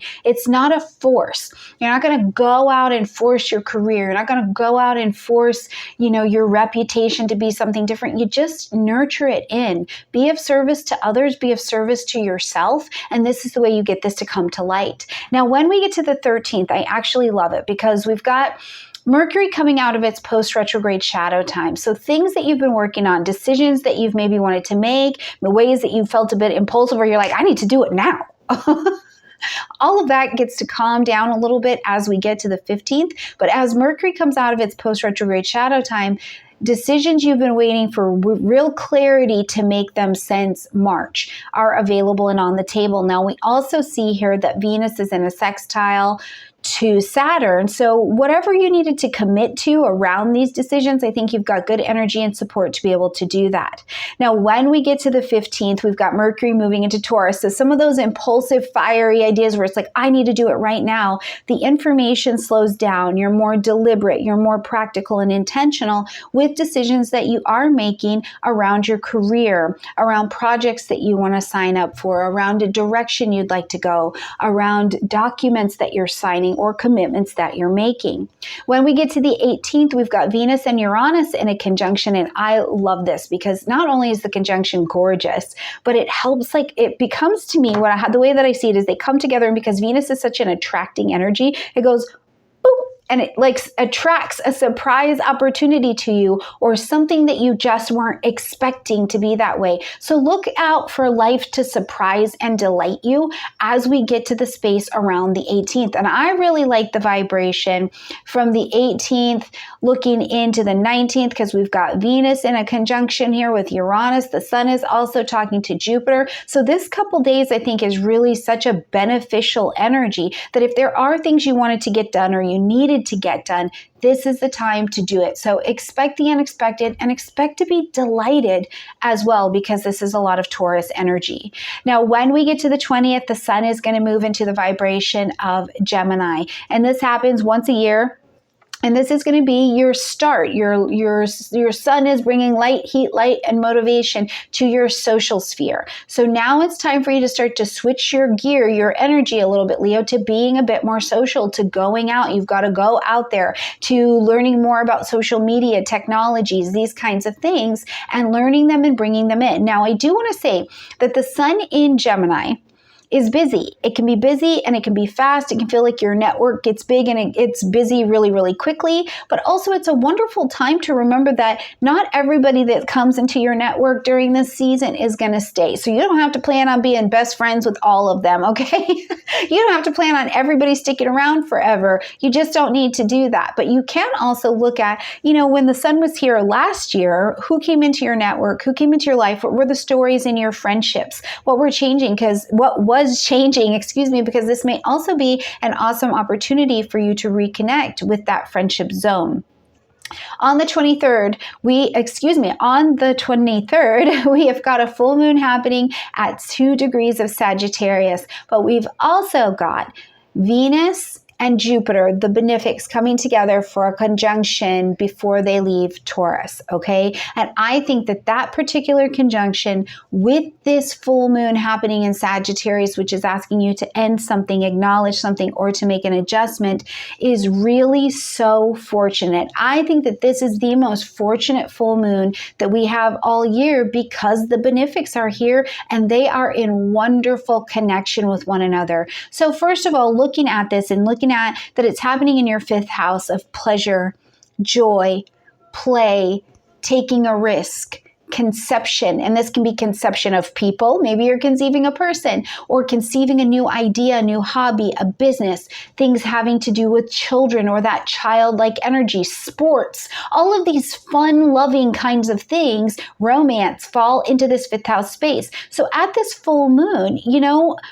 because there is such a light up of fortunate energy here, one of the questions I would be calling to is like, what's the connection? What's the sweet connection that is coming to your attention here? It's literally drawn right to you. Is there some important, sweet information that comes to your children? Is there a happy reunion with your children? Are you going back to finally putting that craft and expressing your music out loud? What's happening around children for you? Now, in Sagittarius, the other thing I'd like to point out from my own research so far is that Sagittarius energy lighting up the 5th house space could also have things to do with step parents or step children. So if your step parents or step children have things going on, let me know that in the comment section down below, okay?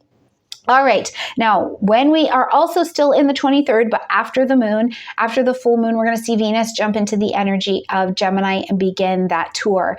And as we get to the 25th, we're going to see that Jupiter moves into Gemini. Now, for context, the sun moves into Gemini every year. So every year you get, this light up of this 11th house space.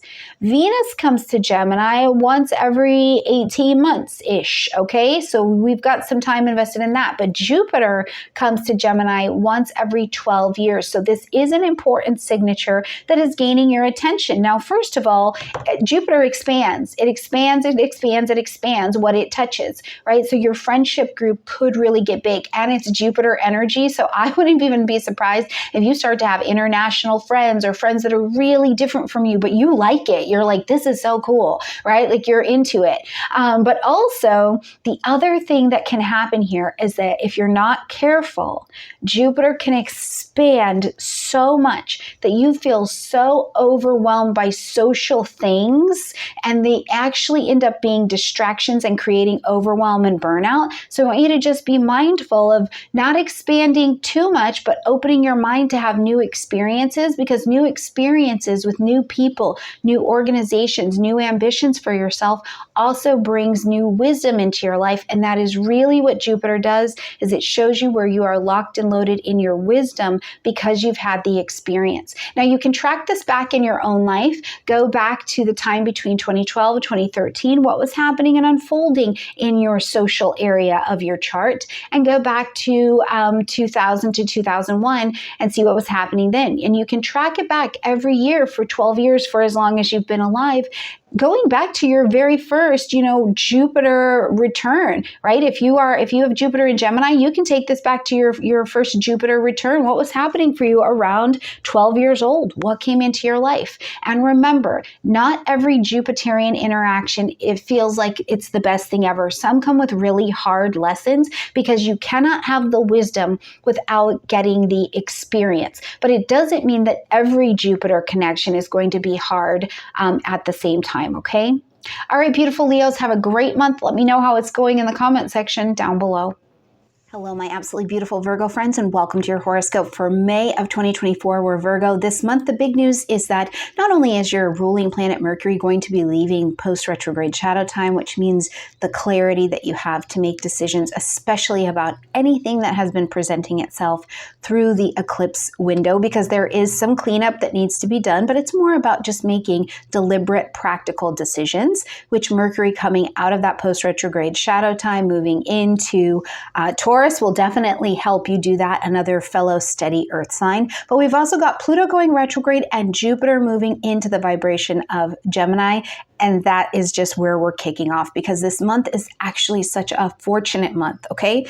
It doesn't mean, though, that there aren't things to be done. I want to be clear about that. So let's start here at the beginning of the month.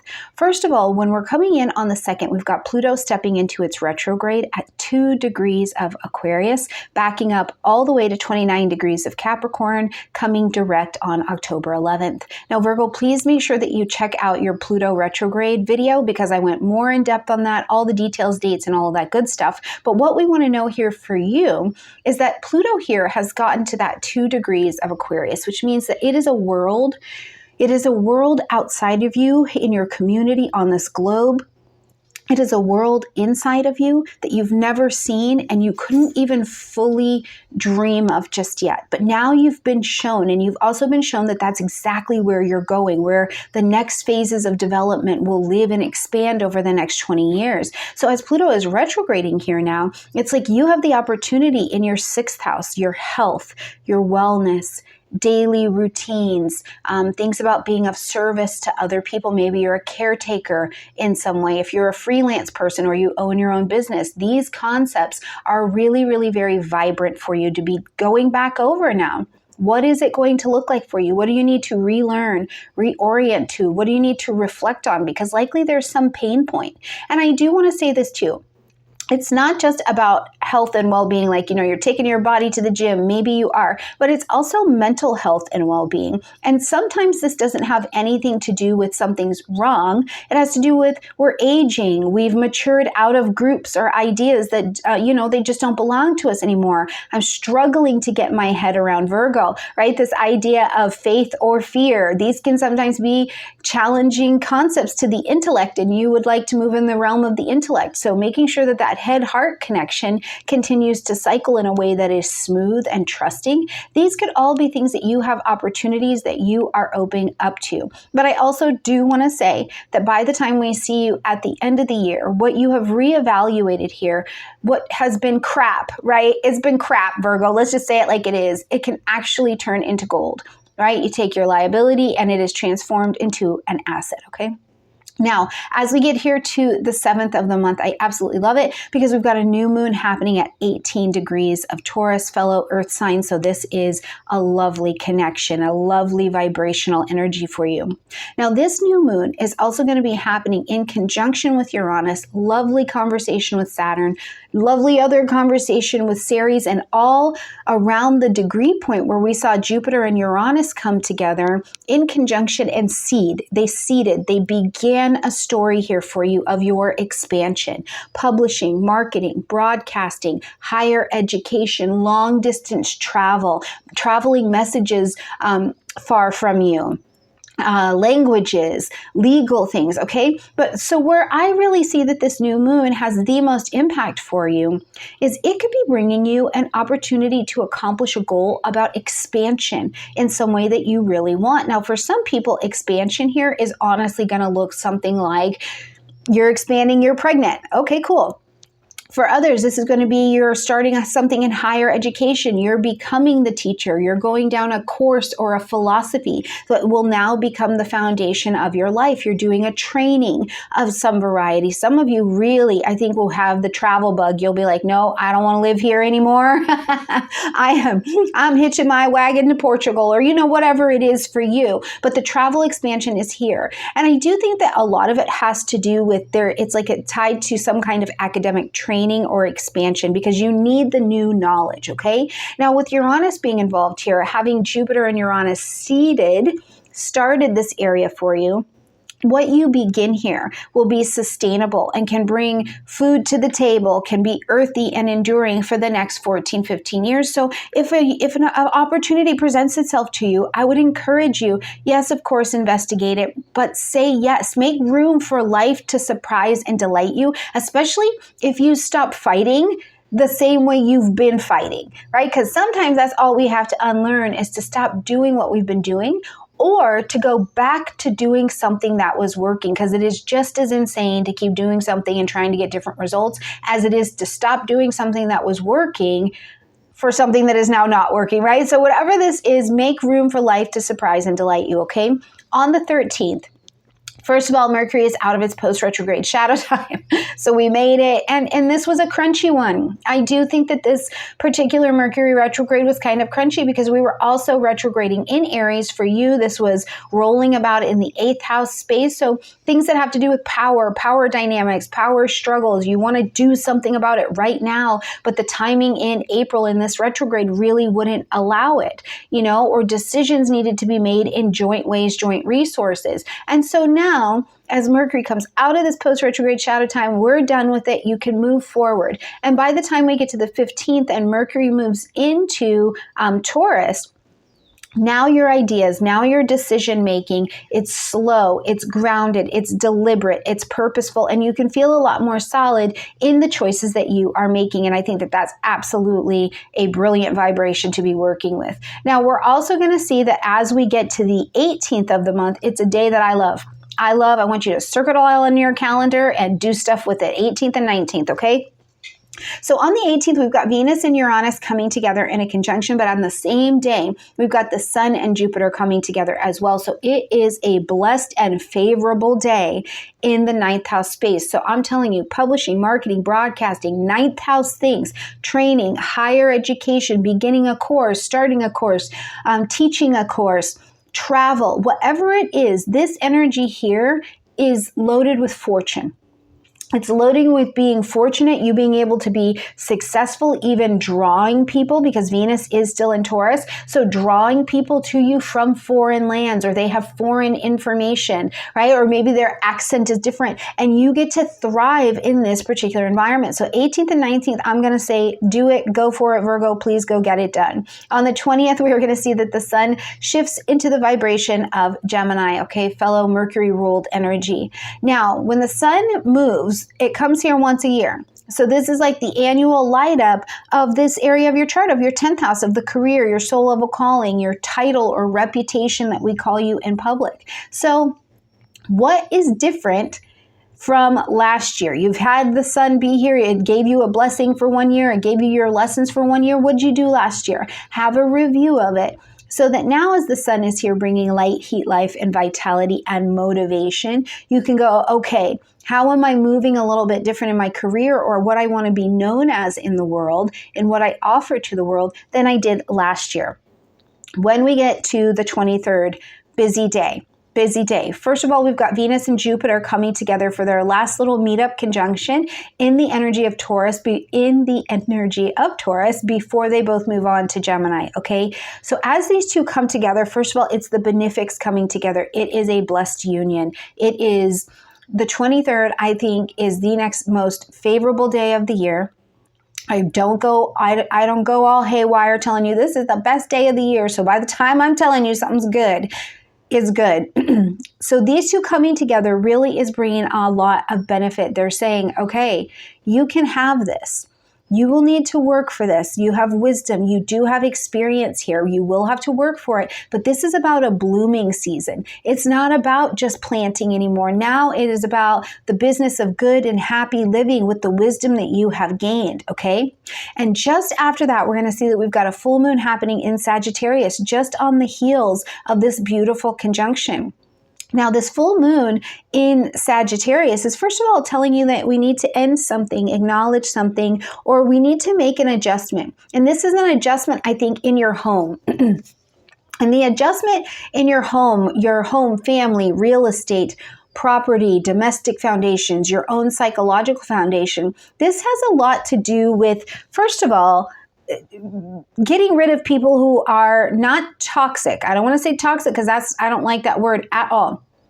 Getting rid of people or the style of relating with people that does not allow for all perspectives and truths to be considered. It can also look like this is my truth and this is where I'm able to be and I need to put some distance between us. In other ways, it could look like you are moving. Are you relocating somewhere? You're signing a new lease. You're doing something like that. Is someone moving in? Is someone moving out? Right? This becomes the traveler's kind. Your fourth house becomes the traveler's space because Sagittarius is our natural traveler. But certainly new truths being revealed to you in your home and bringing new perspectives that are really profound, and they look to be pretty fortunate, okay? Just after that, we see Venus slide into the energy of Gemini. Now, again, it's attracting things into your 10th house. Venus is not the go-get-it planet, it's the attract it in. So what kind of work do you want to do? What do you want to be known as? What do you want your reputation in public to be? When you walk into a room, what do you want them to know about you before you ever even get here? Now, use Venus with this energy to attract. And on the 25th, we see Jupiter get into Gemini. For perspective, the Sun comes into your Gemini space every year. So every year, yay, we get a chance for that. Venus comes about every 18 months. So you get about every 2 years or so that it comes in there. But Jupiter only comes once every 12 years. So this is an energetic signature we want to pay attention to, because you got to go back in your pattern and say, in 2012, 2013, what was happening in your life? What was unfolding around Jupiterian things of expansion?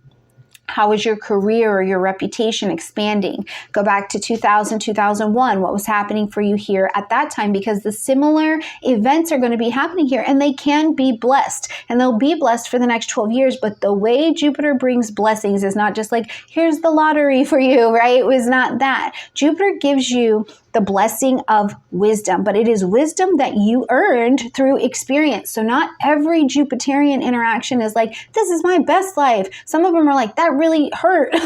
Some of them are like, whoa, it didn't hurt, but I definitely got some different perspective. And now it's wisdom, right? And it goes in the file of your life so that, first of all, when you come up against it again, you can be like, ooh, file 3B, pull it up. Yep, what did I do last time? I did this. Okay, it worked. Do it again. Okay, right? But also, the wisdom of Jupiter is that you get to have the innate blessing when you give it away. So literally something in your own story, in your career life, in your reputation, in what you've achieved will now be of benefit to someone else. And that is the way you really receive the benefits of Jupiter. So whatever this is for you, the way you're working, the way you will work, Virgo, I think it is really a very different vibration for you, especially from the 19th on, 18th, 19th, where it's time to get it done and take some actions, clean up whatever needs to be cleaned up. But remember, this is the business of happy current living, blossoming, letting the things within you actually bloom now, not just thinking about them so much. All right, beautiful Virgos, have a great May, and I will see you every week, and I'll also see you next month. Hello, bye, my beautiful Libra friends, and welcome to your horoscope for May of 2024. We're Libra this month. I really love it. I love the vibration. It is the April showers are bringing the May flowers. Things are blooming this month, and that's what I want to tell you right here at the beginning of the forecast, that this isn't a month of just thinking about things. This isn't a month of just growing through things. It's about living. It's the business of good living, of trying on living as the person whose wounds are healed so much more than they were even a year ago. Now, you've had had the South Node traveling through your sign, there are so many things about you, I think, that have been nicely pulled out.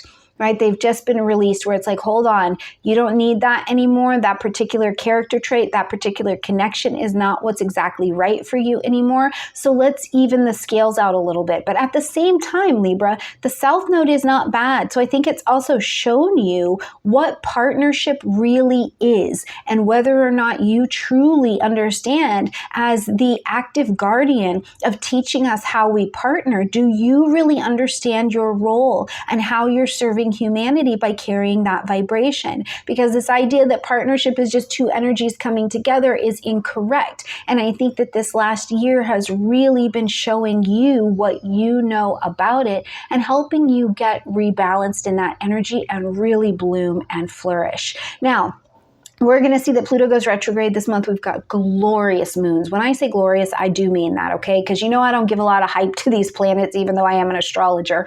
But we have 2 glorious moons, and then we'll see Jupiter go into Gemini. So it really is a lovely month. Let's talk about it.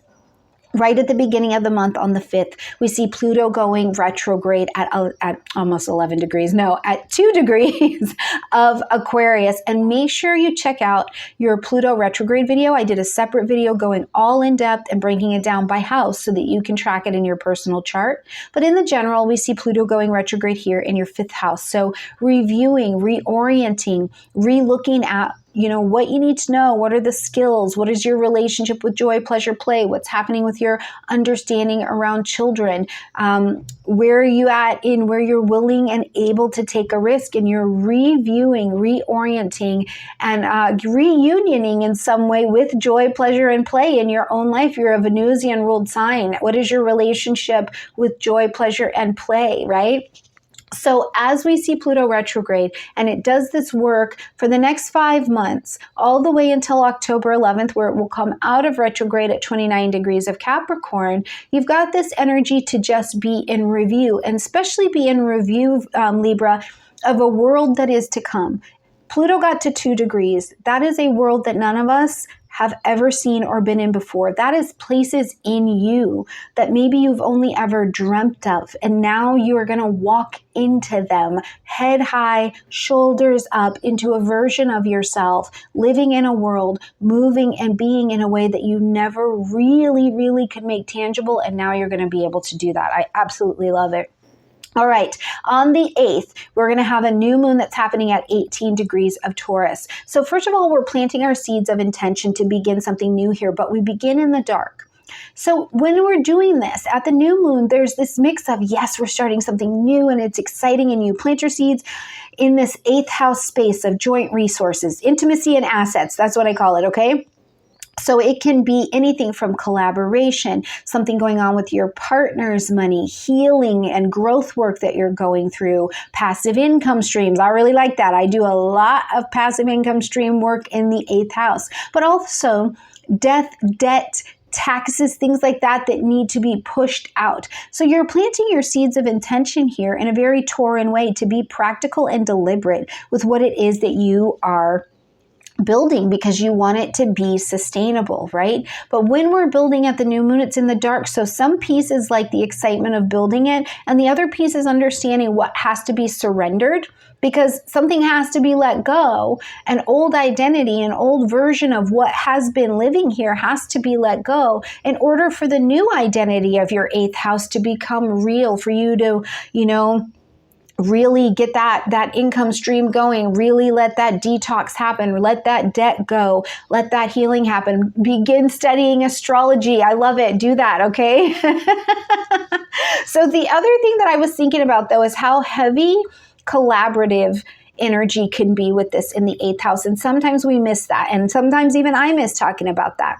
But this could be a collaborative effort in some way where you begin working with someone or, you know, it's a passive project though. You work with somebody for a time, maybe you create something, you write that book, you finish that book, you do that podcast, and then something is coming in your direction, okay? And it could be financial for sure, this is Taurus, or a really strong relationship. Now, when we get to the 13th, Mercury is going to leave post-retrograde shadow time. We survived. We made it. We made it, okay? So any decisions you've been needing to make, especially around your relationships, conscious chosen one-on-one relationships, whether that be romance or business or a relationship with you and how you are re-relating to yourself, now you can make all the decisions. The doors are open. We have no hold back. And we're also going to see that just on the 15th, Mercury is going to move forward and get into Taurus. So then instead of feeling like you have to make decisions really impulsively, I got to do it now. Oh my God, I got to do it. What's going to happen if I don't do it, right? That kind of energy. It's like, okay, hold on. I've seen it. I've seen the facts. Now I have the energy. So you're calm, you're deliberate, you're intentional, you're practical. Here is where spiritual decisions become practical, right? The spiritual is practical is what I love with Mercury and Taurus. So I think you feel a lot more prepared to make these decisions, especially anything having to do with your relationships, but now anything having to do with your joint resources and finances as well, okay? When we get to the 18th, love it. Love it. 18th and 19th, please circle on your calendar because I feel like these are blessed days. So we're going to get Venus and Uranus coming together in a conjunction, but we also get the Sun and Jupiter coming together. So I'm telling you, whatever needs to be done, whatever you've been wanting to do in this 8th house space, if it's been, you know, you want to take out that loan and go to school, you want to pay off that loan because you're done going to school, whatever it is, something with a partnership, you want to really make it serious in your partnership, do it. At least according to the general, do it. You have so much good energy here to get it done, right? And we have just before this, we've got the energy of Venus and Saturn in a sextile, which means that you're willing to make some commitments and you're willing to make them long-term. You're like, yes, I do want to take this on because it is going to benefit and change my life. So make room for life to surprise and delight you, and say yes to some opportunities, okay? Now, on the 20th, we see the sun shift into the vibration of Gemini, bringing light, heat, life, and vitality to your 9th house space. So it's our first cues and our first symbols of your advancement, okay, Libra, where you're going to want to do expansion of some variety, whether it be higher education, higher philosophy, you're working on your faith, publishing, marketing, broadcasting, the essence of travel begins to present itself at this particular point in the month. And then we get to the 23rd. We've got Venus and Jupiter coming together in these last moments of Taurus in a conjunction, and they are the benefics. So when the benefics come together, it's an absolutely delicious arrangement. It's typically so fortunate for us what gets seeded here, okay?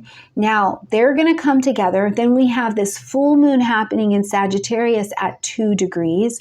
And the full moon is asking us to end something, acknowledge something, or to make an adjustment. So it is the key that whatever you release here will, in your thinking, in your 3rd house of communication, thinking, the way that we give and we receive information, things having to do with siblings, contracts, that kind of stuff, short distance travel. What you release, especially in terms of how you've communicated about it, what you've thought about it, perspectives around it, what you release here is actually what sets you free.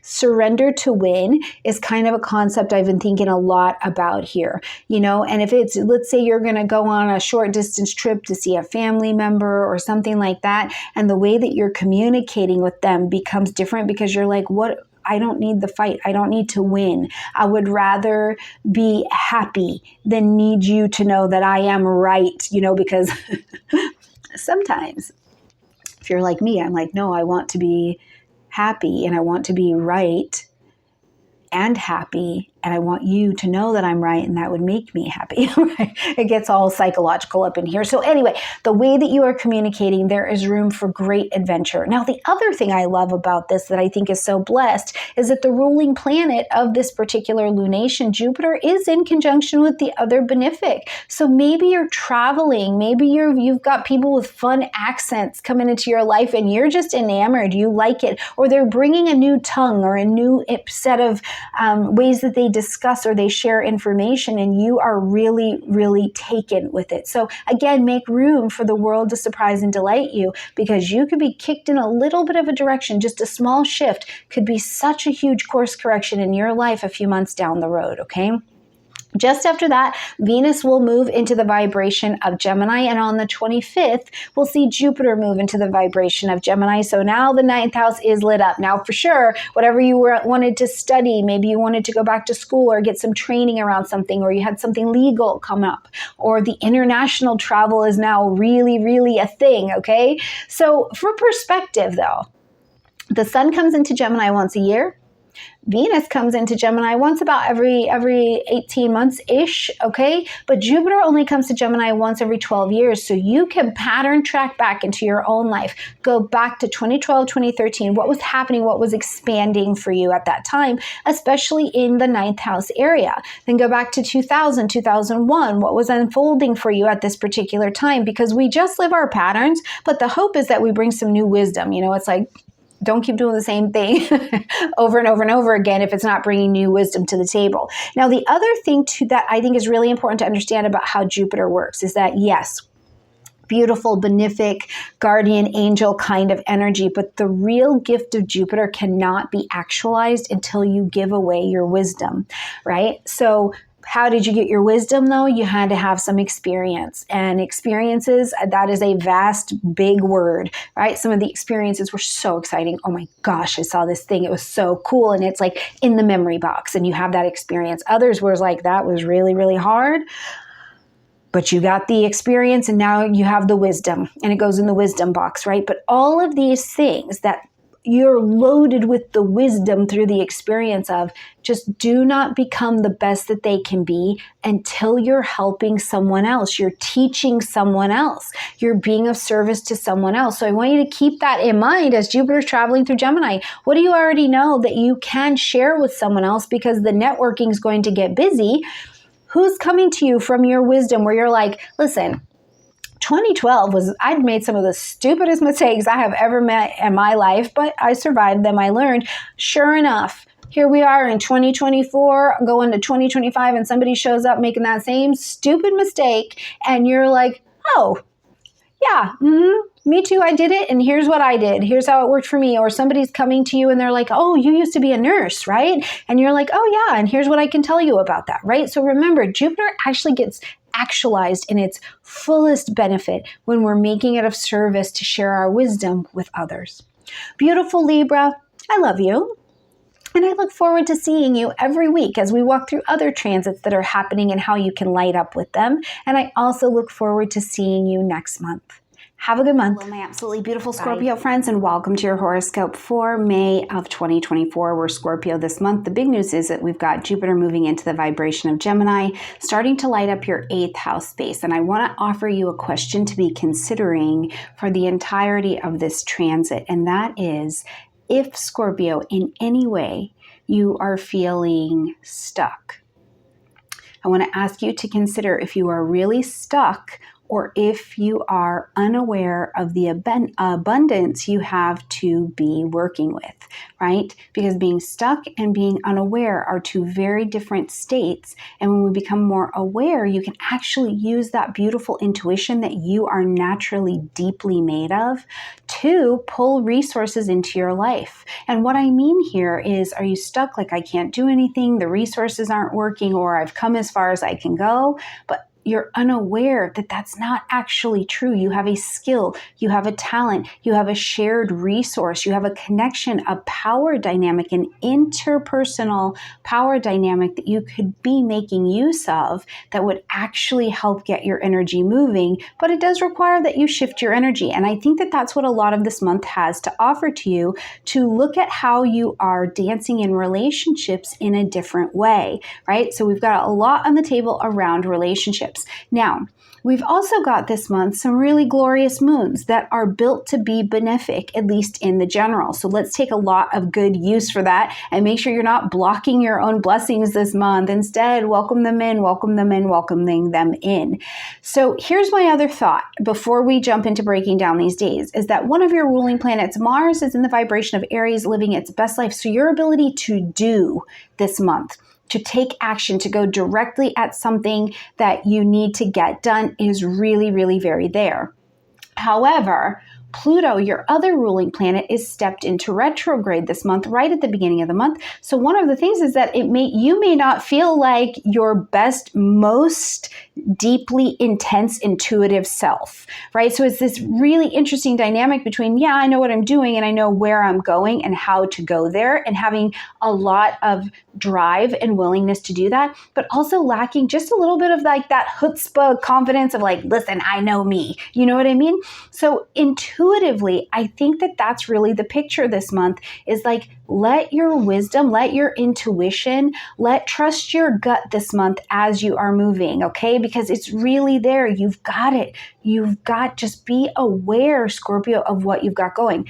Now, that said too, I think that May is a month where the April showers, and maybe even many months of hard winter, hard showers, is starting to really bring some flowers to bloom. And you can feel like there's more energy to move things forward, but it will need to be in the dynamic of relationships and how you share your energy, how you share space with others, and how aware you are of the needs of others, and you taking that into account when you're moving. Okay, let's break that down and talk about that a little bit more this month, because I do think it is a good month. I think it is a good month that is available to you if you're aware.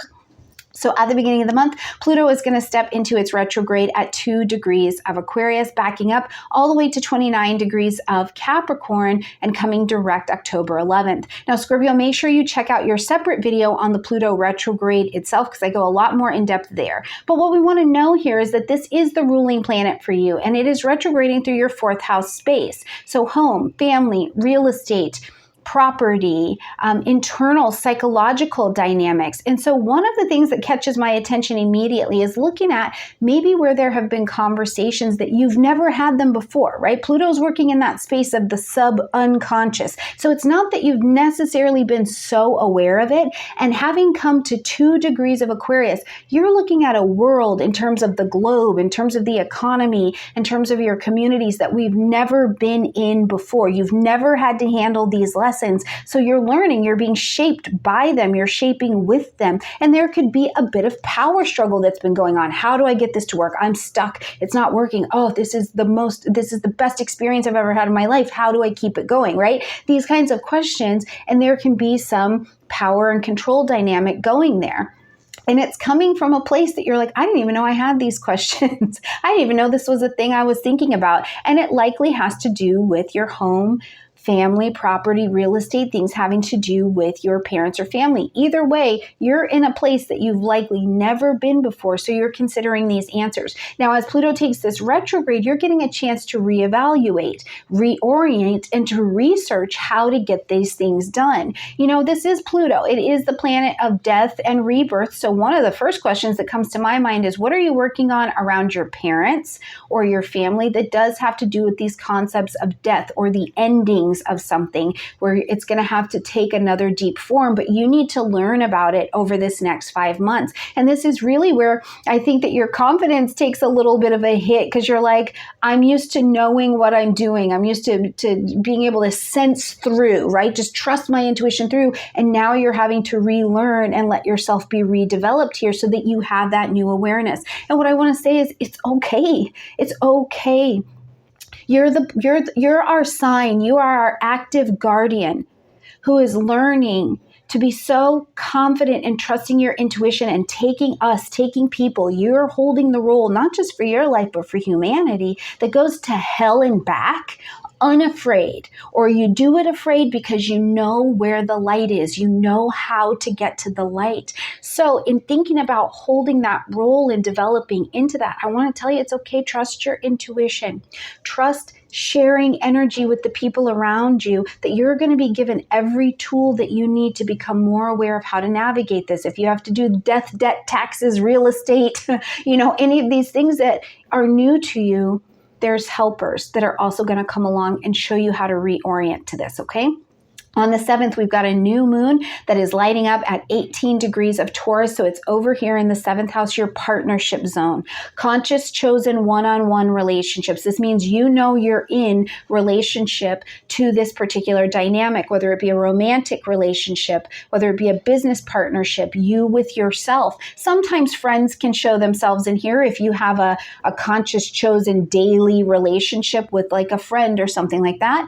But also, Scorpio, the conscious, chosen one-on-one relationship of you with you, how you're engaging yourself, right? You're learning a whole bunch of lessons. You have pain points that have been exposed, and some of those pain points are realizing how damn good you are at what you do and what you know, and that can be just as scary as finding out that you don't actually know how to do something. So where have you been in this dynamic, and how are you doing at receiving a compliment, receiving money, receiving relationships into your life where you're not the only one loving on someone, but you're letting them see you and love on you as well, right? Like, how are you doing? These are Tauran concepts that you're kind of put on the table in terms of your partnership and where you find this interpersonal relationships, not so much the power struggle. So here you're planting your seeds of intention to have more of this in your life, right? And this particular moon, I absolutely love it. It is in conjunction with Uranus. It's in a wider separating conjunction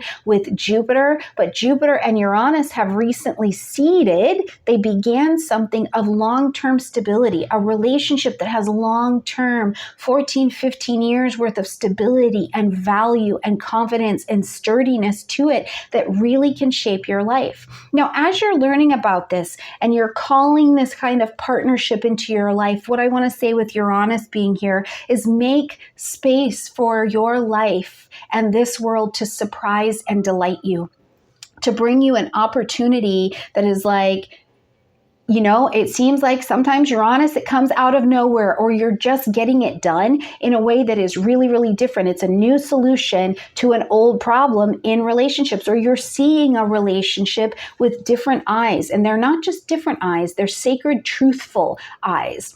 And with all of this, Scorpio, I want to remind you that this particular moon is also in trine to Ceres, who's over in Capricorn, which is this call for nurturing. Nurture yourself as you're learning to nurture relationships and you're learning to nurture partnerships, okay? Because as this season is lit up with all this Taurus energy, it's not just bringing the benefits to you, not just attracting them in, but as it's attracting to you, it's also sharpening your skill set in how you deal with others. So let me ask you this, Scorpio. In your current dynamic of relationships, is it okay for other people to be right?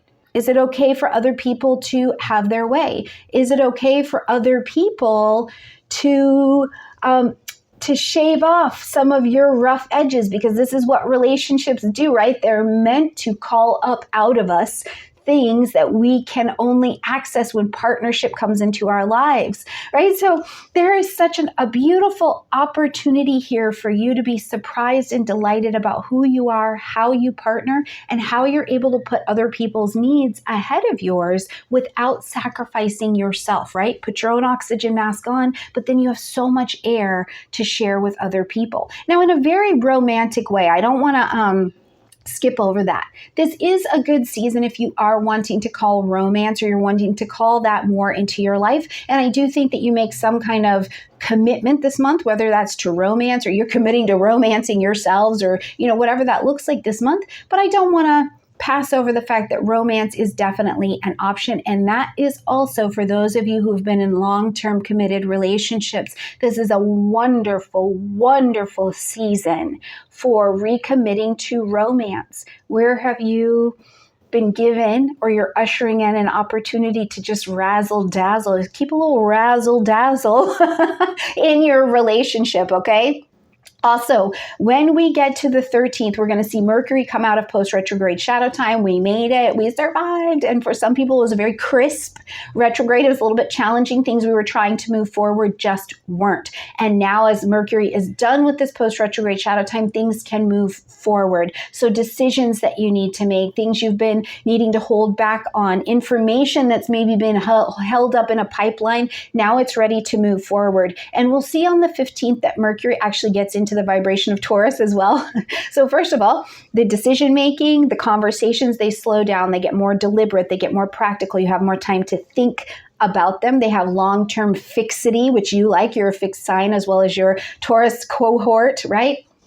So there's a lot more stability. Now, you may also at that time, maybe you had to make some decisions about real estate, or somebody was sending an inheritance your way, or you needed to partner with a parent and make decisions with them in some way, or a relationship. And now you're able to see how you make those decisions a lot more clearly. Now, also though, on the 13th, I really like the vibration because Venus is really very, very, very active. It's in a sextile with Saturn. So again, it gives me this thought that something that you're taking on, not only are you calling it into you, it is of value, it is probably of benefit or brings some ease into your life, and you're making the commitment, Saturn, to take it on, because Saturn is like, I have to stop talking about it and I have to be about it. That's Saturn and Pisces right now, right? It's like, no more just thinking about it, thinking, well wishes to that relationship over there. Now I have to actually be about it. So I think that you are choosing it. But what I will also say here, Scorpio, is whatever you decide to commit to, whomever you decide to commit to, do it because you really choose it. Do it because you're able to see the benefit to not only putting that need first, but also because it comes from a sacred place within you that is able to share your love and your power in that way, okay? All right, when we get to the 15th, we see Mercury move into Taurus. Now, the 18th and the 19th of this month, I want to say do it. Do it, okay? Whatever it is, do it. As long as it's like legal and safe, life, limb, and eyesight are not put in danger, of course, right? But do it. So first of all, we get Uranus and Venus coming. We get Venus and Uranus coming together in a conjunction, but we'll also see the Sun and Jupiter coming together as well. And I really do love this because it is this energy of, again, there's surprise and delight. There are new solutions to old challenges and a willingness and an understanding of how to move these things forward in ways that have value. Now, the only thing I think stands in the way on these particular days is, depending on who you are, depending on where you're at in your lesson base, you can stop, you can block your own blessings here. It is possible. So instead, stay open, wear the world as loosely and as easily as you can, and make space to receive what is running directly towards you, right? Like, who's loving on you? Who's putting attention towards you? Even if they are a challenging relationship in your life, even if that job looks like, oh my God, I could take this on, but I'm going to have to really work for it. What is running towards you? And you're able to receive it, because this is the day that if an opportunity presents itself, I'm going to tell you, say yes. Say yes, work it out, connect, learn to have that interdependence as you go. Not everything has to be fully packaged when it comes to you, right? Some things, especially developing your partnership sector muscle, are coming to you just as they and you need to be for the both of you to grow in relationship fitness. And I absolutely think it's a great day. On the 20th, we'll see the Sun now move into the vibration of Gemini, and this is going to begin to light up the story in your 8th house space of joint and shared resources. Okay, so the Sun is bringing light, heat, life, and motivation to the table. You are motivated to do this and to be about it. So, your network may also get bigger. This is, again, I don't know why. I feel like I want you all to pay some taxes this month. I just keep seeing taxes in my head for you, or like real estate, you know what I mean? So I hope for some of you that all of this Venusian energy has attracted a wonderful inheritance to you that actually turns out to be beneficial, not an inheritance where nobody paid the taxes on it and now you got to pay the taxes, right? But whatever it is, because it's coming in a Gemini form, the network will get busy.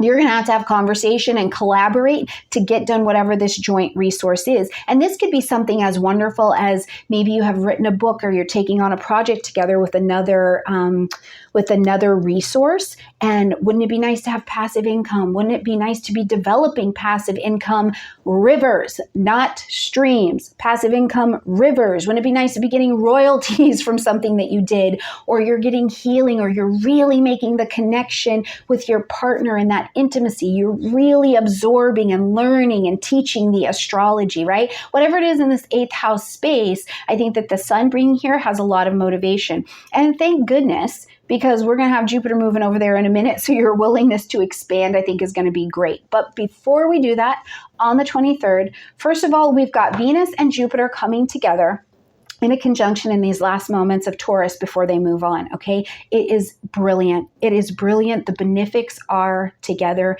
This is a blessed union. Typically what comes from this, especially because we're going to have a lunation in the same day, what is ending, what is running away from you, what is shedding from you, where you're pivoting is to be on the blessed path.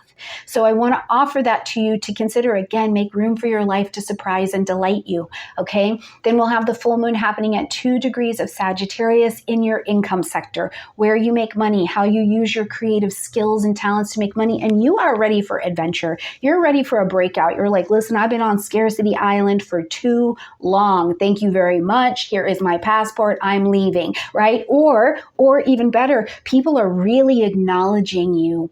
They're acknowledging the gifts that you've brought and how valuable they are. And you're getting an opportunity to go on the greatest adventure of perception and receive the compliments, receive the love, strengthen the fact that in this area, in this way, you're not the student anymore. You are the sage on the stage. You're the teacher this time, and to own that and receive that with a lot of love. Now, for some of you too, in a very practical way, with all this deliciousness going on, I think that job income or income could be coming your way. Resources could be coming to you. Venus and Jupiter were working in this space around this lunation, right? So they could be coming. But I also, for some of you, depending on what life is looking like, this can be a dry up. So the question is going to be, what's going on in your financial realm?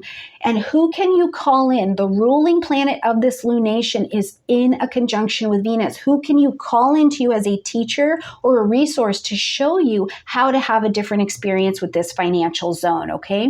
Now, when we get later in the day, we'll see that Venus scoots into the vibration of Gemini, and on the 25th, Jupiter will move into Gemini as well. So this 8th house is really very, very, very loaded, and all things having to do with those joint resources, taxes, debt, taxes, detox, intimacy, collaboration, astrology, healing, it all is starting to call in, and it's active, but it will be a collaborative season. What you're going to learn, and more importantly, what you're going to share and teach to others, has to come in a collaborative way. Now, some perspective just quickly.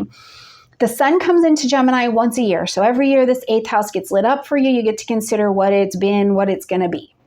Venus comes about every 18 months, okay? But Jupiter only comes once every 12 years here. So this is an impactful signature for you to go back over and review. What have you learned here? Because the way that I teach and I share about Jupiter is that, yes, it is this delicious, benefic energy, and it can get big and it expands, and you have so much wisdom and beauty to share with others. But also, the way that you really take advantage of Jupiter's energy is by sharing your wisdom with others. You have to expand it out. So in this very 8th house kind of way, where are you sharing your knowledge of 8th house things? Astrology, death, debt, detox, taxes, intimacy, sex, reproductive organs, hormones, healing, finances, right? Where are you sharing that?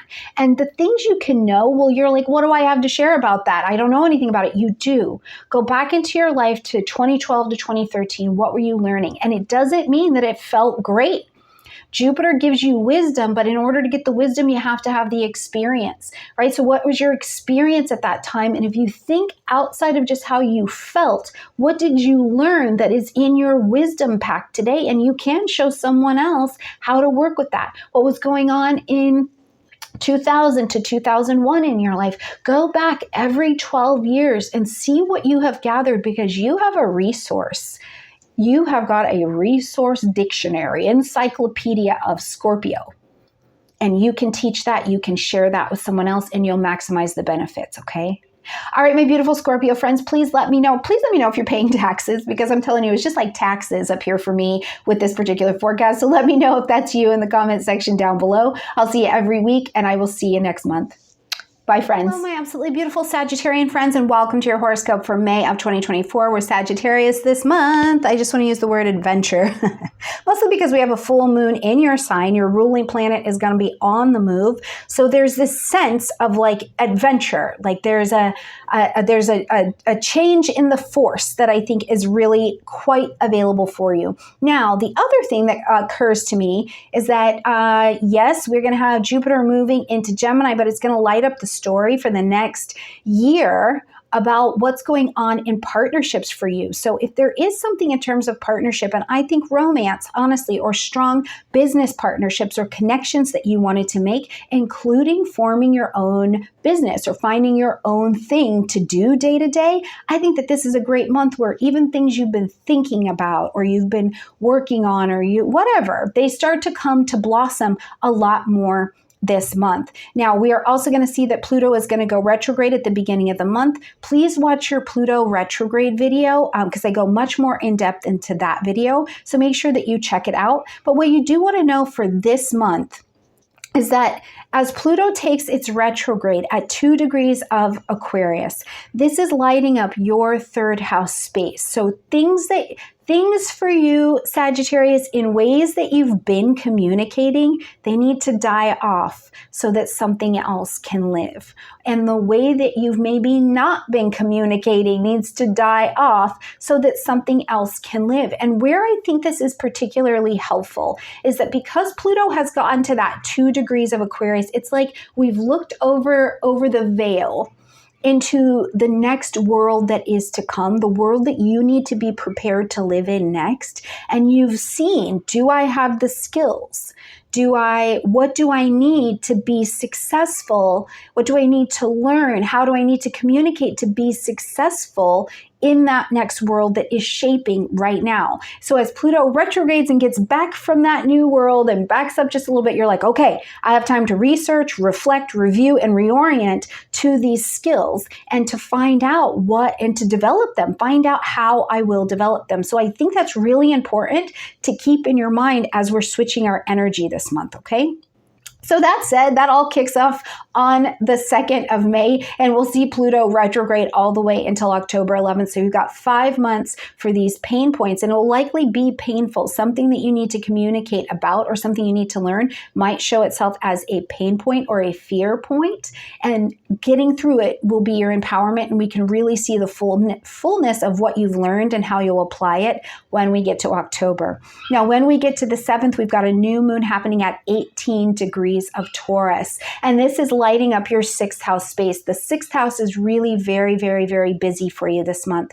Now, in the 6th house, we're doing things like health and wellness. I include your mental health and wellness. What are you doing? How are you taking care of this? And do you have some long-term sustainable plan that allows your health and your wellness to be steady and be well and be of beneficial value? You know, what's going on with your gut biome? Because it's Taurus. Like Taurus likes to eat, okay? But also we're talking about your daily routine. Do you have a healthy daily routine in your life right now that you feel like you can stand on it? You know, my kids say you stand on business, on the things that are really important, like you can stand on it. So do you have a daily routine that you can stand on? But more importantly, I think that with all this Taurus energy of relationships and finance and self-esteem, there could be really awesome business opportunities or work opportunities that are coming your way.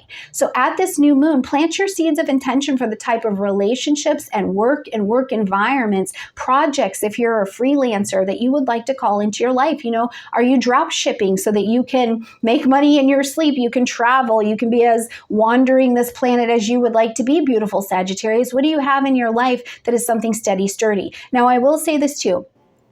Because you're planting your seeds of intention here, and the moon is dark when we're doing this, there is an element of surrender that comes with this. Some surrendering to something that's not working, right? Surrendering something that is like, yeah, I don't actually know how to do that, or I'm looking to fill this resource so that I understand how to do it. There's some element of surrender that has to happen so that the new element, the new life can grow into that. That's what we do.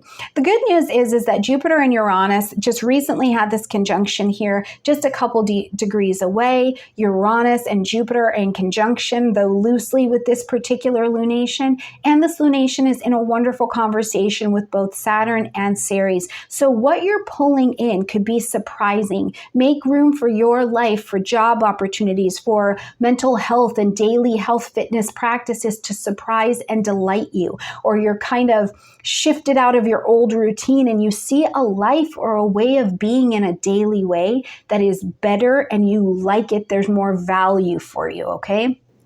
When we get to the 13th, we've got Mercury leaving post-retrograde shadow time. So any decisions, any information that have been like on hold since March, now you can start to make those decisions and you can go directly to them. You see exactly what you need to do. I need to do this thing. That's the brilliance of Mercury and Aries, is it's focused on one thing. It's doing one thing and going in that direction. Even if you're having to pull a whole bunch of information, let's say you're having to study or something, but you're focused on taking the test. All of the information gets you to the test, right? So you may feel more comfortable with that. The other thing I like is that as soon as we get to the 15th, Mercury moves into the vibration of Taurus. So some of this impulsive, I need to do it, I need to get it out, make the decision energy slows down and gets more steady, more practical, more deliberate. It's more about your daily routine. What are the decisions that are going to help you be strong and steady in your daily routine? What are the decisions around finances? All of these kinds of things become available. Now, when we do get to the 15th and Mercury moves into that Taurus energy, we've got some days after that I think you're going to be really grateful that your mind has slowed down and is a bit more steady. Because on the 18th, we have got Venus in a conjunction with Uranus, but we've also got the Sun in a conjunction with Jupiter. This is a couple days where I'm going to tell you, do it.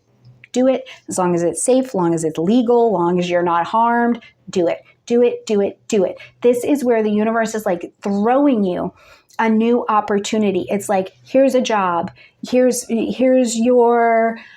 your independent project. Here's a discount to the local gym, or Uranus is involved. Maybe you want to take care of yourself in a different way. Is this the year you're going to do the Camino de Santiago? You decide, I'm going to take my body, I'm going to take my fitness in a different direction. Is there a healthcare provider or a counselor that you're able to talk to take care of your mental health and well-being? What is it that is maybe a surprise and delight or a change of pace, a course correction, but you're motivated to go towards it? Take the opportunity, say yes, you will unfold in the experience. It doesn't have to be or look perfect. You will unfold in the experience of it, and it's going to be beautiful.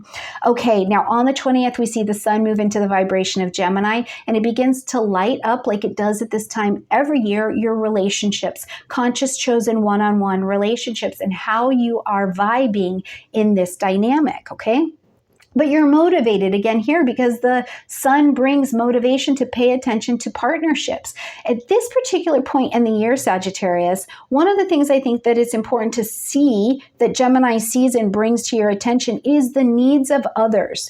Seeing others from getting into their shoes so you can see them from a different perspective, putting their needs maybe first, and realizing that putting yourself next isn't putting yourself down, isn't putting yourself last. It's because you've spent the whole other season, right, 6 months before this, learning how to really put your own oxygen mask on first so that you can be of service to the needs of other people, or whatever they have going on, you're able to navigate. It also just becomes a more social time in your life, so you get the opportunity to practice those interpersonal human dynamics of relationships. So expect life to start to get a bit busy.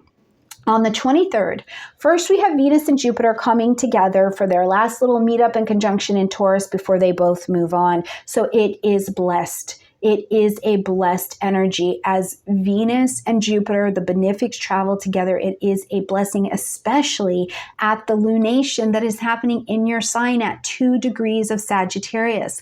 This full moon is asking you, Sag, to end something, to acknowledge something, to let something go. Where do you need to pivot? Now, Sagittarius, this is a lunation. So You know, is there something coming up going on with your family and you're like, I need to talk about this. I need to share about this. I need to, you know, make decisions around this. Is this travel? Are you feeling so warm and loved and taken care of maybe by your family? And it's allowing you to put down the year. It's allowing you to be on vacation, to relax. It's allowing your vulnerability to open up so that we can really see Sag. The other thing that comes to mind, because the ruling planet, your ruling planet, Jupiter, is in Taurus at this time, that Sagittarius, this next 4 weeks of this lunation energy may be asking you, what is your relationship with rest? With receiving, and with relaxation. So that's something you can consider at this particular moon. But what is it about you that is kind of being moved out of the way, or you're pivoting away from it so that you can have greater blessing and expansion in the directions that you do want to go? Now, later in the day, we'll see Venus slide into Gemini and now attracting more people to you, maybe even attracting a little bit of that romance. Okay, I love that for you. But also money. Money could be a thing, right? You could be making contacts or making money through social dynamics or collaborative dynamics that have come to your table. And as we're going to close out this month, on the 23rd, we see Jupiter, your ruling planet, moving into Gemini. Now, for perspective and context, the sun comes to Gemini every year. Venus comes to Gemini about once every 18 months, okay? But Jupiter only comes to Gemini once every 12 years. So first and foremost, we need to acknowledge this is a more significant transit to be paying attention to. And we want to pattern track Sagittarius back into your own life. What were you learning and gaining wisdom or applying advancement or expansion to between 2012 and 2013? What was going on in your world between 2000 and 2001? And then you can go back every 12 years from then, right? Because this is the thing about Jupiter. It comes and it provides expansion, but we just live our patterns. And the hope is that you bring new wisdom to the pattern that you're going to be in so that you can expand in ways that are a bit more evolved or more to your liking, right? But not every Jupiterian experience has felt like it was the best, most fortunate, because Jupiter's real purpose is learning and wisdom, but you can't have the wisdom without the experience. And the experience that got you the wisdom, your wisdom, you will feel the most blessed, the most fortunate, the most lucky when you take your wisdom and you make it available and of service to someone else. You say, oh, I've learned this. Here's how it went for me, if this is valuable and useful to you. Like literally, Jupiter gives you the blessings when you expand it out and you share it with others. So what did you learn at those times, especially in and of and around relationships? It's just another level of self-growth, self-development, and expansion. And definitely it will be expanding the social circle. And I think Jupiterian about these things. Could you be expanding your circle with people who are maybe foreign? And when I say foreign, it doesn't necessarily mean that they are from a different country. They could be from the same country you are, but their way of being in their family or the way that they view relationships could be very different than you, right? So whatever it is, welcome in all perspectives, make room for people to surprise, ... and possibly delight you as well. All right, beautiful Sagittarians, let me know what's changing for you. Are you getting a new haircut? Is this full moon going to bring a haircut? You changing your body, you're gaining weight, losing weight, picking different color scheme? What's happening for you? How are you changing? Please share it with me in the comment section down below. Have a beautiful month, Sagittarius. I love you very much, and I look forward to seeing you every week. Absolutely and beautiful month. Capricorn friends, and welcome to your horoscope for May of 2024. We're Capricorn this month. Love it. Love it. April showers bringing May flowers. Now, of course, remember, this is a general horoscope. You have to check all of these transits against your own chart or come and hang out with a professional. But in the general, we have survived the eclipse fury, the changes, the things that really got blotted out where you're like, where did that go? You know what I mean? And so we have survived that in addition to a Mercury retrograde, and we'll see Mercury come out of post-retrograde shadow time this month as well. And all of this is coming out into a garden that has been seeded by the Jupiter-Uranus conjunction in Taurus, ready to come to full bloom, like ready to have your vegetables available to eat. So I love this month for you. And I particularly love this month in two ways. First of all, the first thing that occurs to me is lots of job changes or lots of title or role or daily routine changes coming through April, but it was like you couldn't officially like get them to stick. And I think that there are similar job changes happening this month or routine changes, but they're for the better. You're happy with them. Maybe they bring more resource, whatever the resource is for you, Capricorn, whether it's money, connection, right? There's lots of resources that are invaluable and valuable to us. And so I think that you have that experience. But the other thing that occurs to me immediately with all of this Taurus vibration is, Capricorn, where are you at with allowing yourself to receive and be in the pleasure and delight of your life one moment at a time? Where are you willing and able to take a risk, to enjoy, to have recreation, to have the childlike mind of faith and experience? What's happening for your children? Are your children able to relax? Right? We get these kids out here, these teenagers, and where are they like not able to relax or breathe? Or where are you as a child to parents, fifth house, getting to take a little bit of a break in some way? So whatever those concepts that I've just gently presented to you mean, we're going to explore where they're really blossoming for you here in May. And I think it's absolutely a brilliant energy. It's highly, highly creative space as well. All right, Capricorn, as we're coming into the month on the 2nd, we've got Pluto going retrograde in the energy of Aquarius, so lighting up your second house space. Now, please watch your Pluto retrograde video because I made a separate one to go more in depth and really talk about all of the aspecting that's available with this. So check that out next, okay? But Pluto going retrograde in your second house, Capricorn, as Pluto has gotten to 2 degrees of Aquarius, we have seen like through the veil of the world that is shaping, that is not something we could have ever truly, truly seen coming, or we could see it coming, but you didn't quite understand how you were going to use your creative skills and talents to make money, how you were going to align your self-worth in this new world. And now Pluto has shown us, we've gone, whoa, okay, what do I need to know? How do I need to reorient to be in that space? And as Pluto retrogrades over this next 5 months, it's your opportunity to relearn, research, reorientate, reorient, to reunion with these things so that you're gaining these skills and you're outgrowing the pain point, so that it's not this power and control dynamic moving into the world that is next. Now, in the second house, this has absolutely to do with finances, how you've made money. And sometimes it's not so much that you've been in the scarcity mindset. That is typical. That's pretty typical for human beings in general. But sometimes for you, Capricorn, also it's making money, building structures and resources that are of legacy easier, with ease, not having to fight, not having to go so hard all of the time, accepting your rise to fame, to power, to things like this. And it can be just as heavy as the scarcity mindset, depending on where you're at. So whatever the pain point and the struggle and the control dynamic has been over this next 5 months, research, reflect, reorient, so that as we come out of it in October, you're much more prepared in this financial dynamic, okay? On the 7th, we've got a new moon happening in fellow Earth energy of Taurus. And this particular moon is not just planting our seeds of intention, letting surrender, letting go what doesn't need to be here, so that what really wants to blossom in the field of magic and fertile soil of your life can come to light. But it's also allowing life to surprise and delight you. Capricorn, make room for life to surprise and delight you. This particular lunation, and you've got a separate lunation video on this as well.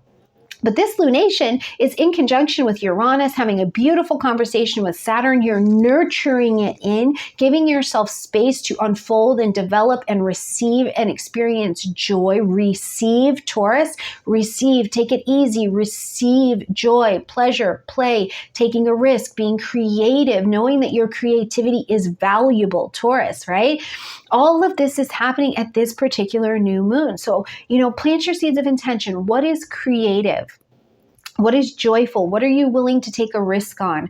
What are your children beginning. And really, truly, when I look at the 5th house as well, I look at you as a child to your parents. So you as a child, where are you expressing yourself in ways that maybe you wouldn't have before because you regard yourself differently? You realize you have your own values separate from even decades worth of story from your parents that are coming alive in your life right now. Now, let's not forget that this is a Venus-ruled moon.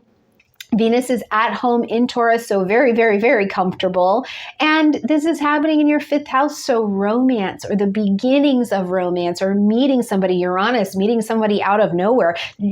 Jupiter is also just separating, but it's here in this conjunction. You know, do you meet someone who's foreign? It doesn't necessarily mean they're from a foreign country, but it means they're from a background or a way of thinking and being that's really different from you, but you are intrigued and you find it valuable, right? So make room for life, creative projects, people, your children to surprise and delight you.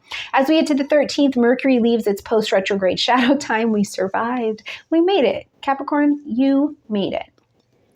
Now, all of these decisions, information, decisions you need to make that have been working its way in since, March, now you can make them. You're free and clear. You're out in the open. And I love it because you're going directly at it. You're like, nope, I need to do this thing. I need to learn this thing. I need to take on this thing. I need to this thing, right? It's really very specific. Now, the other thing to consider here is because Mercury's coming out of retrograde in Aries, which is your 4th house, right? One of the things I think about is that Mars is also here. So if you needed to do anything in your home, or you needed to take action with your parents or in a domestic way, you needed to move your parents in, you needed to move your parents out, you needed to fix the sink, or you want to add an addition to your house, renovations, any of these kinds of things, this is actually a sweet time to sign the contract and go ahead and do that particular project, okay?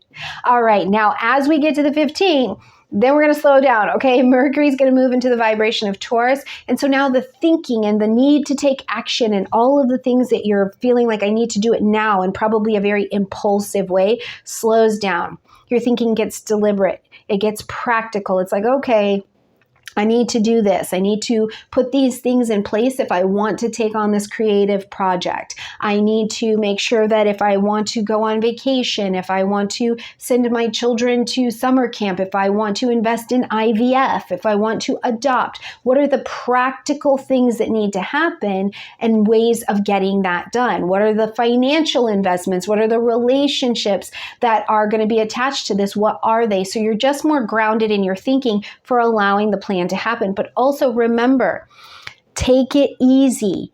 Take it easy. How do you create and be in this creative space with ease without forcing it and hustling it, right? Practice the space of ease and receptivity.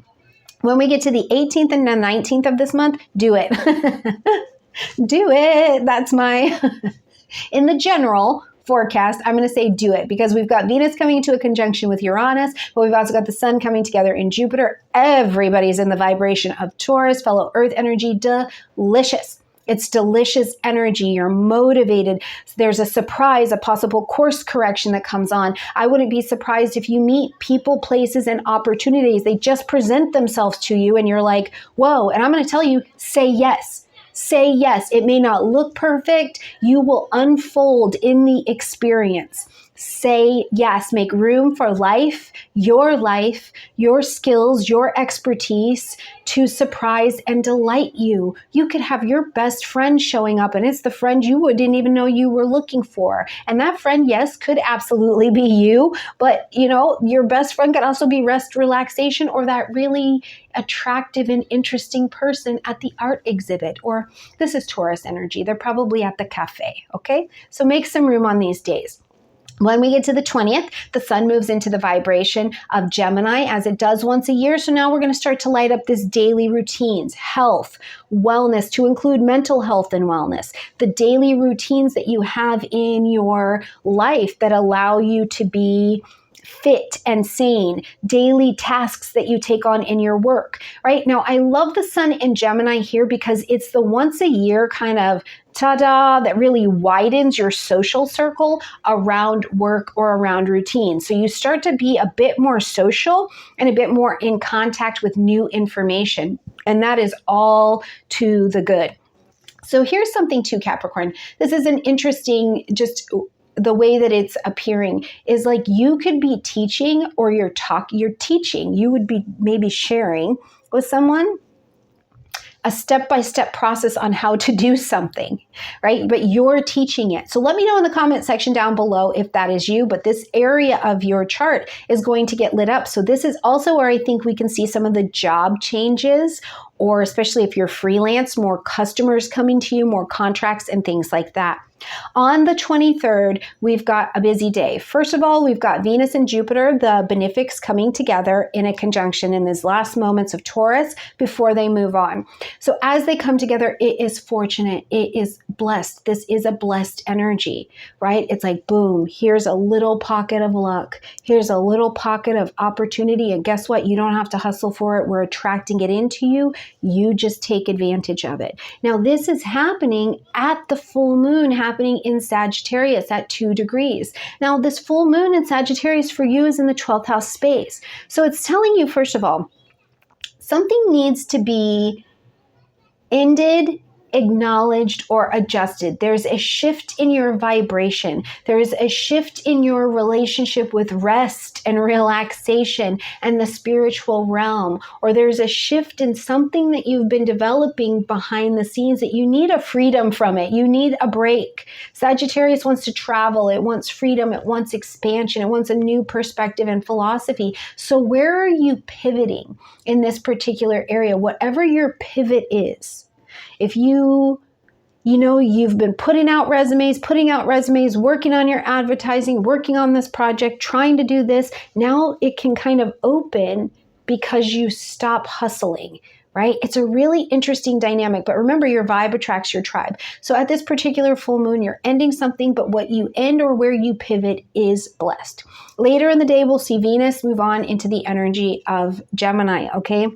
Now on the 25th, we're going to see Jupiter move into the energy of Gemini as well. And now the 6th house is ready. It's rocking and rolling. So things around work for you, you can see expansion of contracts, expansion of daily things in your daily routine. You're more busy. You're taking on more work. You're hiring more employees. I will say too, if at this Sagittarius full moon, you find out that you have an employee or a contractor or a client or something like that who's been shady, they're not paying their bills, they're stealing, something like that comes to your attention, in the days to follow, you'll be more comfortable firing that person or letting that particular energy or contract go, okay?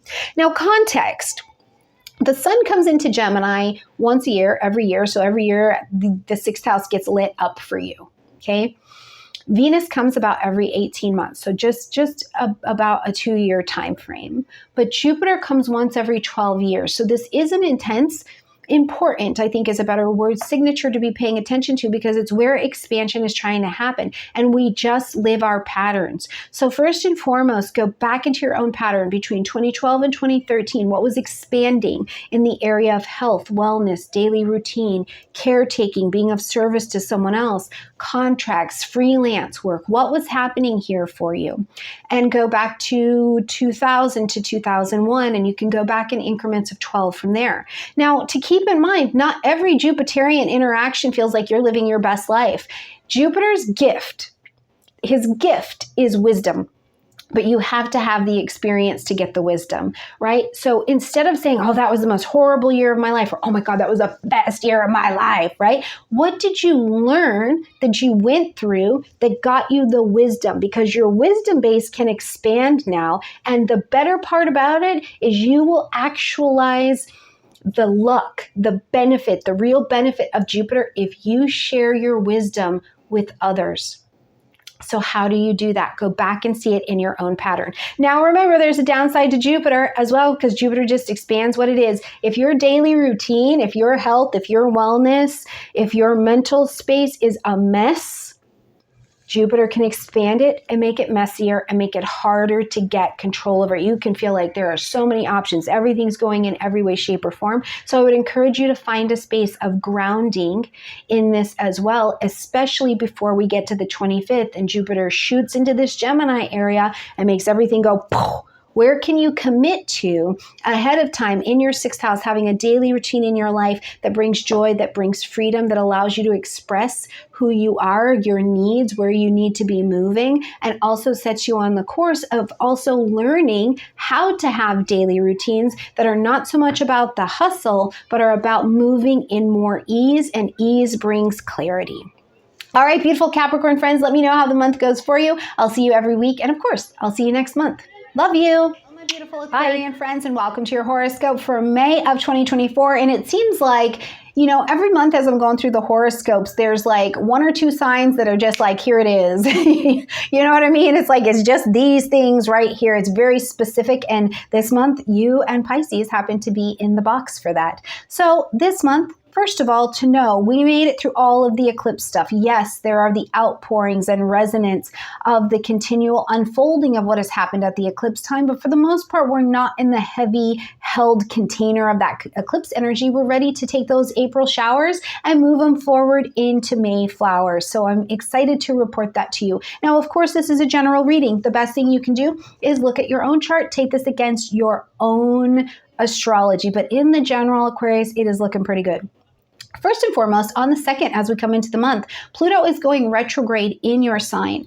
Aquarius, please make sure that you check out your Pluto retrograde video. I did a separate video going just in depth to this particular transit. And because it's in your house, you really want to reorient to what it's trying to bring to your attention. But for this particular reading, what we want to know is that Pluto going retrograde here has, first of all, it got to 2 degrees. So as a societal planet, it has taken us, we've peered through the veil into a world that we have only ever dreamed of, but we've never been in the true vibration of it. So as Pluto is reshaping all of us and getting us in alignment with the vibration we need to survive that, to thrive in that, you are leading the charge. You are carrying the vibration, and you too are getting your pain points about who you are, who you thought you needed to be, how you thought it was going to work out, put into your face. Things about your body, your health, your reputation, all. You cannot eat that sugar anymore, right? Like, it's in your face,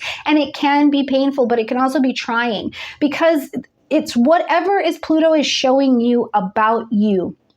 Your space, your ideas, your stories that have been liabilities or would be liabilities in your world that is to come, right? They're going to turn out to be your assets, because they're also going to be the place where you understand and have compassion and growth and service for other people as well in the world that is to come. So you have the next 5 months to be working on it. You've seen it. The pain point has been put in your face. Even your rise to empowerment, taking your seat of mastery or being the teacher, right? Wherever the struggle has been, you have until October to research, reorient, learn the skills, and step into your next seat of power. And that's what's happening right here on the 2nd. Now, when we get to the 7th of the month, we have got a new moon happening at 18 degrees of Taurus. Now, Taurus naturally sits in square to you because you guys are both fixed signs. You're like, I do what I want. And the other one says, I do what I want too, right? So you don't really want to change your mind. So this is a harder new moon, but it's still useful. And this is actually happening in your 4th house. So home, family, real estate, property, things having to do with your parents or your lineage, okay? And this particular new moon, it is still quite favorable. It's in conjunction with both of your ruling planets. It's in a conjunction with Uranus, and it is sitting over here in a wonderful sextile conversation with Saturn. So even though it's naturally square to your energy, what's trying to be unfolded here, the investment, the opportunity that is available to make changes to your 4th house dynamic is actually very rich, but you must remember the aspect also to Ceres. You're going to have to nurture this one in. Nurture yourself. Love yourself as you're changing in your family dynamic the way that you would want someone to love you, right? The changes that maybe are happening around a mother figure in your life. Nurture yourself as a parent. Even if you're the father, how are you nurturing the relationship of the child and the mother dynamic, right? Just nurture these changes into you, and they are quite blessed. Uranus, I think, actually brings an opportunity maybe a surprise and delight opportunity at this particular lunation for you to make some kind of investment in your fourth house. Are you adding an addition? Is a parent moving in? Are they moving out? Are you buying property, selling property? What are you doing around the fourth house space? Whatever it is actually a pretty blessed lunation. If you will remember that just because it wasn't your original plan or idea doesn't make it bad, okay? All right, when we get to the 13th, we are going to see Mercury coming out of post-retrograde shadow time. We made it. We made it. Now, this particular retrograde actually sits sextile to your energy, so it might not have been as crunchy for you. Let me know in the comment section down below, because for some signs, this was a really hard retrograde. But either way, decisions that you've been needing to make, you need to just make the decision, you need to do it, have been kind of on hold. You haven't really had all the information, or you just couldn't move it forward, especially in April, and now you can. And also, I think that the energy is much more like you see the opportunity, you know the day to make that phone call, and then you're able to do it. It's absolutely a brilliant energy, as a matter of fact, especially for anything needing to do with communication. Now, on the 13th as well, we do have Venus in a sextile to Saturn. So this makes me think that you're signing a contract, or you're saying, I'm committing to investing some money in changing my home space. You're making some kind of commitment that I think, but you're making it because you want to. This isn't like you're not making it under duress. Okay, you're like, okay, I'm willing to take this particular thing on. So it's actually, I think, can be a pretty blessed energy as well. When we get to the 15th, Mercury moves out of that impulsive Aries space of I need to do it now and moves into the vibration of Taurus. So again, this is more of a square energy to yours. And while the thinking slows down, it gets deliberate, it gets practical, it will be challenging a previous plan that you thought, or it challenges your thinking about who you are, or who you've been, or what it is, right? It can be this real challenge under this Mercury change, but just know that Mercury moving through Taurus is deliberate. What you're being shown, the way you're being asked to think about stability or make choices that create stability, they are on purpose. And a square is really the 911 aspect of our aspects.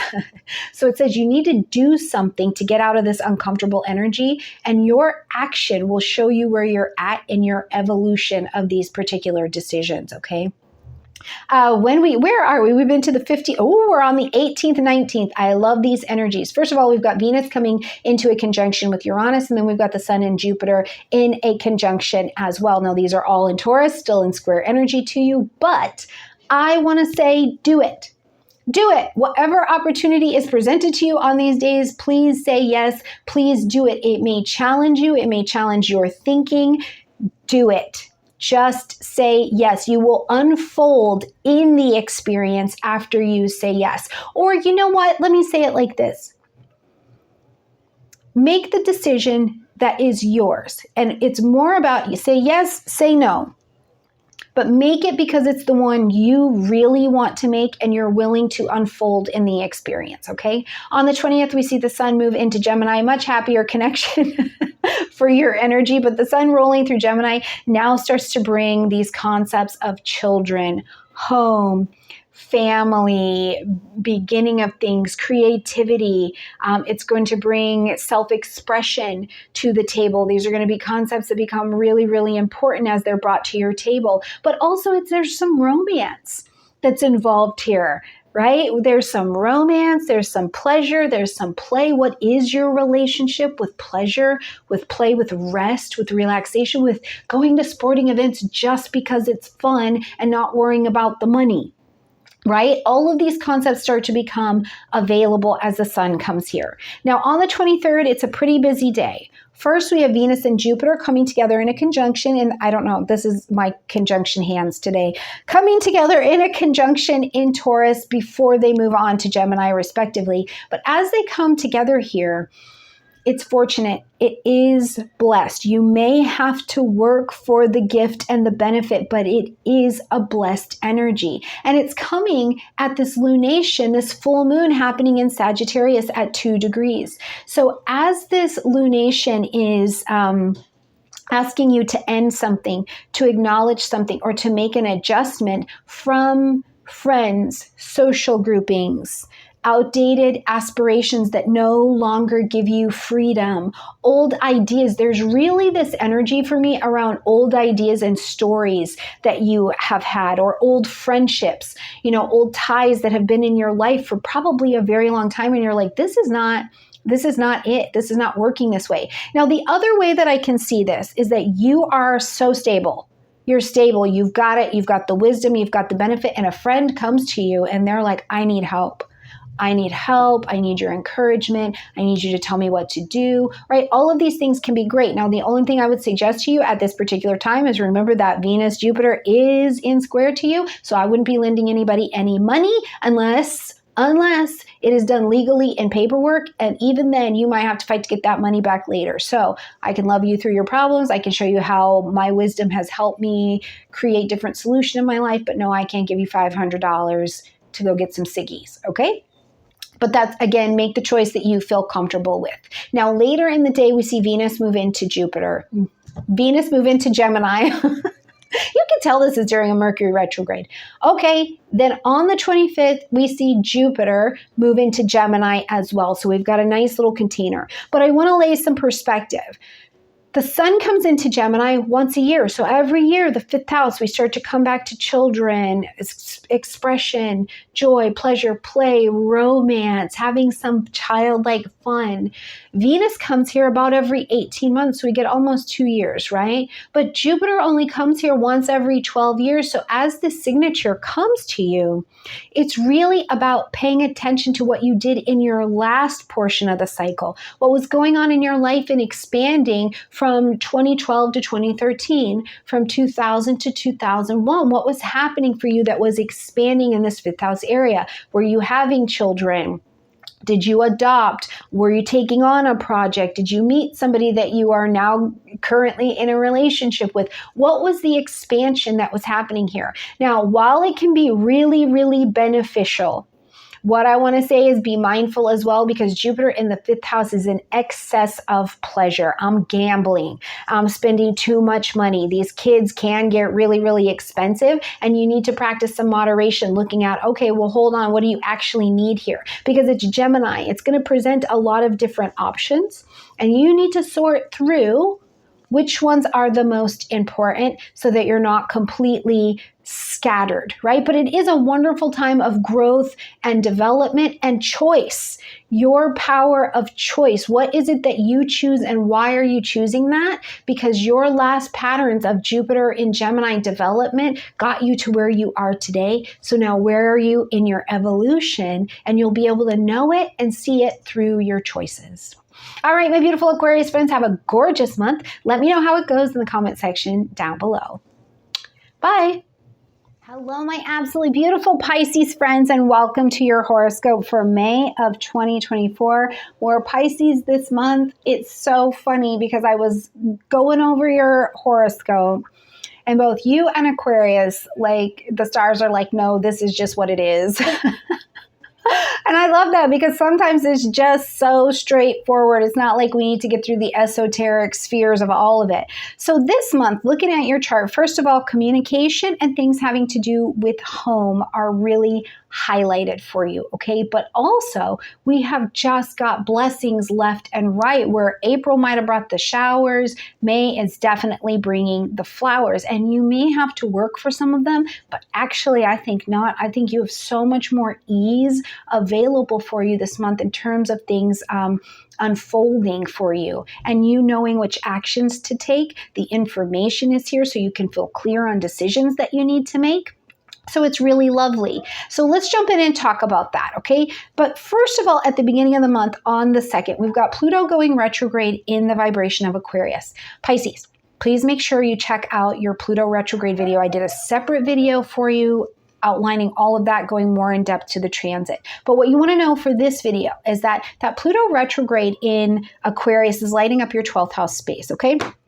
So first of all, Pluto got to 2 degrees, and that is further than we have ever experienced it. So it's like we got this peering into the new world and a new vibration that we've only thought about, but we've never actually needed to live out. So a lot of the discomfort and pain points, like you just can't get away from the uncertainty, or you can't get away from the changing, you can't get away from spiritual lessons or things happening behind the scenes, 12th house, where you're like, where'd that come from, right? That has been about Pluto trying to get us shaped into the alignment of the vibration we need to be to exist 2 degrees of Aquarius and beyond. Now that energy is retrograding, so it's going to go backwards. Now you have a chance to research, reorient, and to reflect on what you've seen and what needs to be developed. Number 1, it's an opportunity to let old ideas of spirituality fall out and new ideas come in. Let things culminate, let things end, let things transition. You know, where are the things in your life, in your heart, and in your back, and in your elbow, you know, that the universe has been trying to take out or trying to get your attention, and you've been holding on to it? Like, you know, don't fight. Let the universe do some of the heavy lifting here. Don't fight it for your blessing. What's trying to go or what's trying to transition needs your attention, but it doesn't need your fight. So that's a way to think about that. But the other thing I'm thinking of is, you know, where have you been like, I don't want that. I'm not interested in that. No, thank you very much. And the universe over this next 5 months is going to be like, no, in a very karmic way, I'm sending that your way. And you don't need to be afraid, because the only reason you're getting it right now is because you absolutely are prepared. You have every person, you have every piece of wisdom, you have every tool that you need to navigate this. And some of those things I think are going to present themselves to you in terms of like people showing up ready to love on you in ways that you maybe haven't been able to accept, or you just haven't welcomed as easily before. So I look forward to re-meeting you in 5 months, October 11th, seeing how this spiritual space and the space behind the scenes you've reshaped here, okay? When we get to the 7th, after all that esoteric mess, then we get really practical, because we start lighting up what's going on in Taurus season for you. And this has to do with communication. We've got a new moon on the 7th happening at 18 degrees of Taurus, where we recently saw Jupiter, one of your ruling planets, and Uranus seed. They came together in a conjunction and they seeded something. They began something here that can last you the next 14, 15 years. It has stability. It has value. It is a natural attracting energy. And this this new moon and all the rest of the planets going over this point for the rest of the month are going to help this develop. It's not about planting the seeds so much anymore. Now it's about get out of the way, let this thing develop. Call in what you want so that you can actually have marigolds and cucumbers if that's what you want, right? So at this new moon, plant your seeds of intention, but make space for the universe to surprise and delight you with what is available in your garden. And talking about this from the perspective of your 3rd house of communication, buying and selling homes, property, real estate, cars, books. Maybe you're writing a book. Maybe you're teaching something, or you're taking a course or something like that. You're developing your website more fully. This is a fortunate energy, but it will require that you nurture it in. And that is, I think, the Saturn sextile and the Ceres energy that says you have to nurture this into you. You don't innately know it. You have to nurture it piece by piece by piece, but it will bring you sustainability, and it will bring you peace, whatever it is that you are talking about. Now, I also do think that the new moon is a great, like, we plant our seeds of intention to begin something new here, right? But it typically comes with a surrender of something else. So you may also get information at this new moon that is like, this doesn't work anymore, which is why you would be encouraged to plant new seeds to move it forward in a different way. On the 13th, Mercury leaves its post-retrograde shadow time. We are free, release us. And it's going to be bringing your ability to make decisions, get information, take action on all sorts of things that were coming in, maybe stuck in the pipeline, weren't as clear, that came in even as of March. And now you can fully move them forward, make these decisions. Venus is in a sextile to Saturn that is in your sign. So you're making a commitment to the information that is been presented to you. So you get the information, it's presented to you, and you clearly communicate it. You're clearly talking about it. You're like, I'm willing to invest my money in this. And you make a decision, commit, and move forward. And I think it's as simple as that, honestly. Now, we are going to see that when we get to the 15th, Mercury moves into Taurus, and this is really comfortable energy for you, right? It's like this is a nice sextile kind of game, and this is where you're more deliberate in all of the actions you're taking, all of the decisions that you're making. You're like, I made the decision to commit. That's it. I started it, Aries, and now I'm in. Now here are the steps I need to follow to allow this to unfold, to allow things to come to me, allow me to nurture this particular area. And remember, as Mercury travels here, it's also going to go over that new moon point. It's going to go over that Jupiter-Uranus point. So it is making decisions that will benefit you long-term for sure. 18th, 19th, I love these. Please circle these days on your calendar, and I just want to say, do it. Do it. Do it. Like whatever it is, do it. Make room for the universe to surprise and delight you. Venus is coming together in a conjunction with Uranus, but the sun is also coming together with Jupiter. This is fortunate energy, something you need to communicate about. A project, a book you're teaching, truly something that you have been wanting to sell, a course that you've been wanting to take and apply.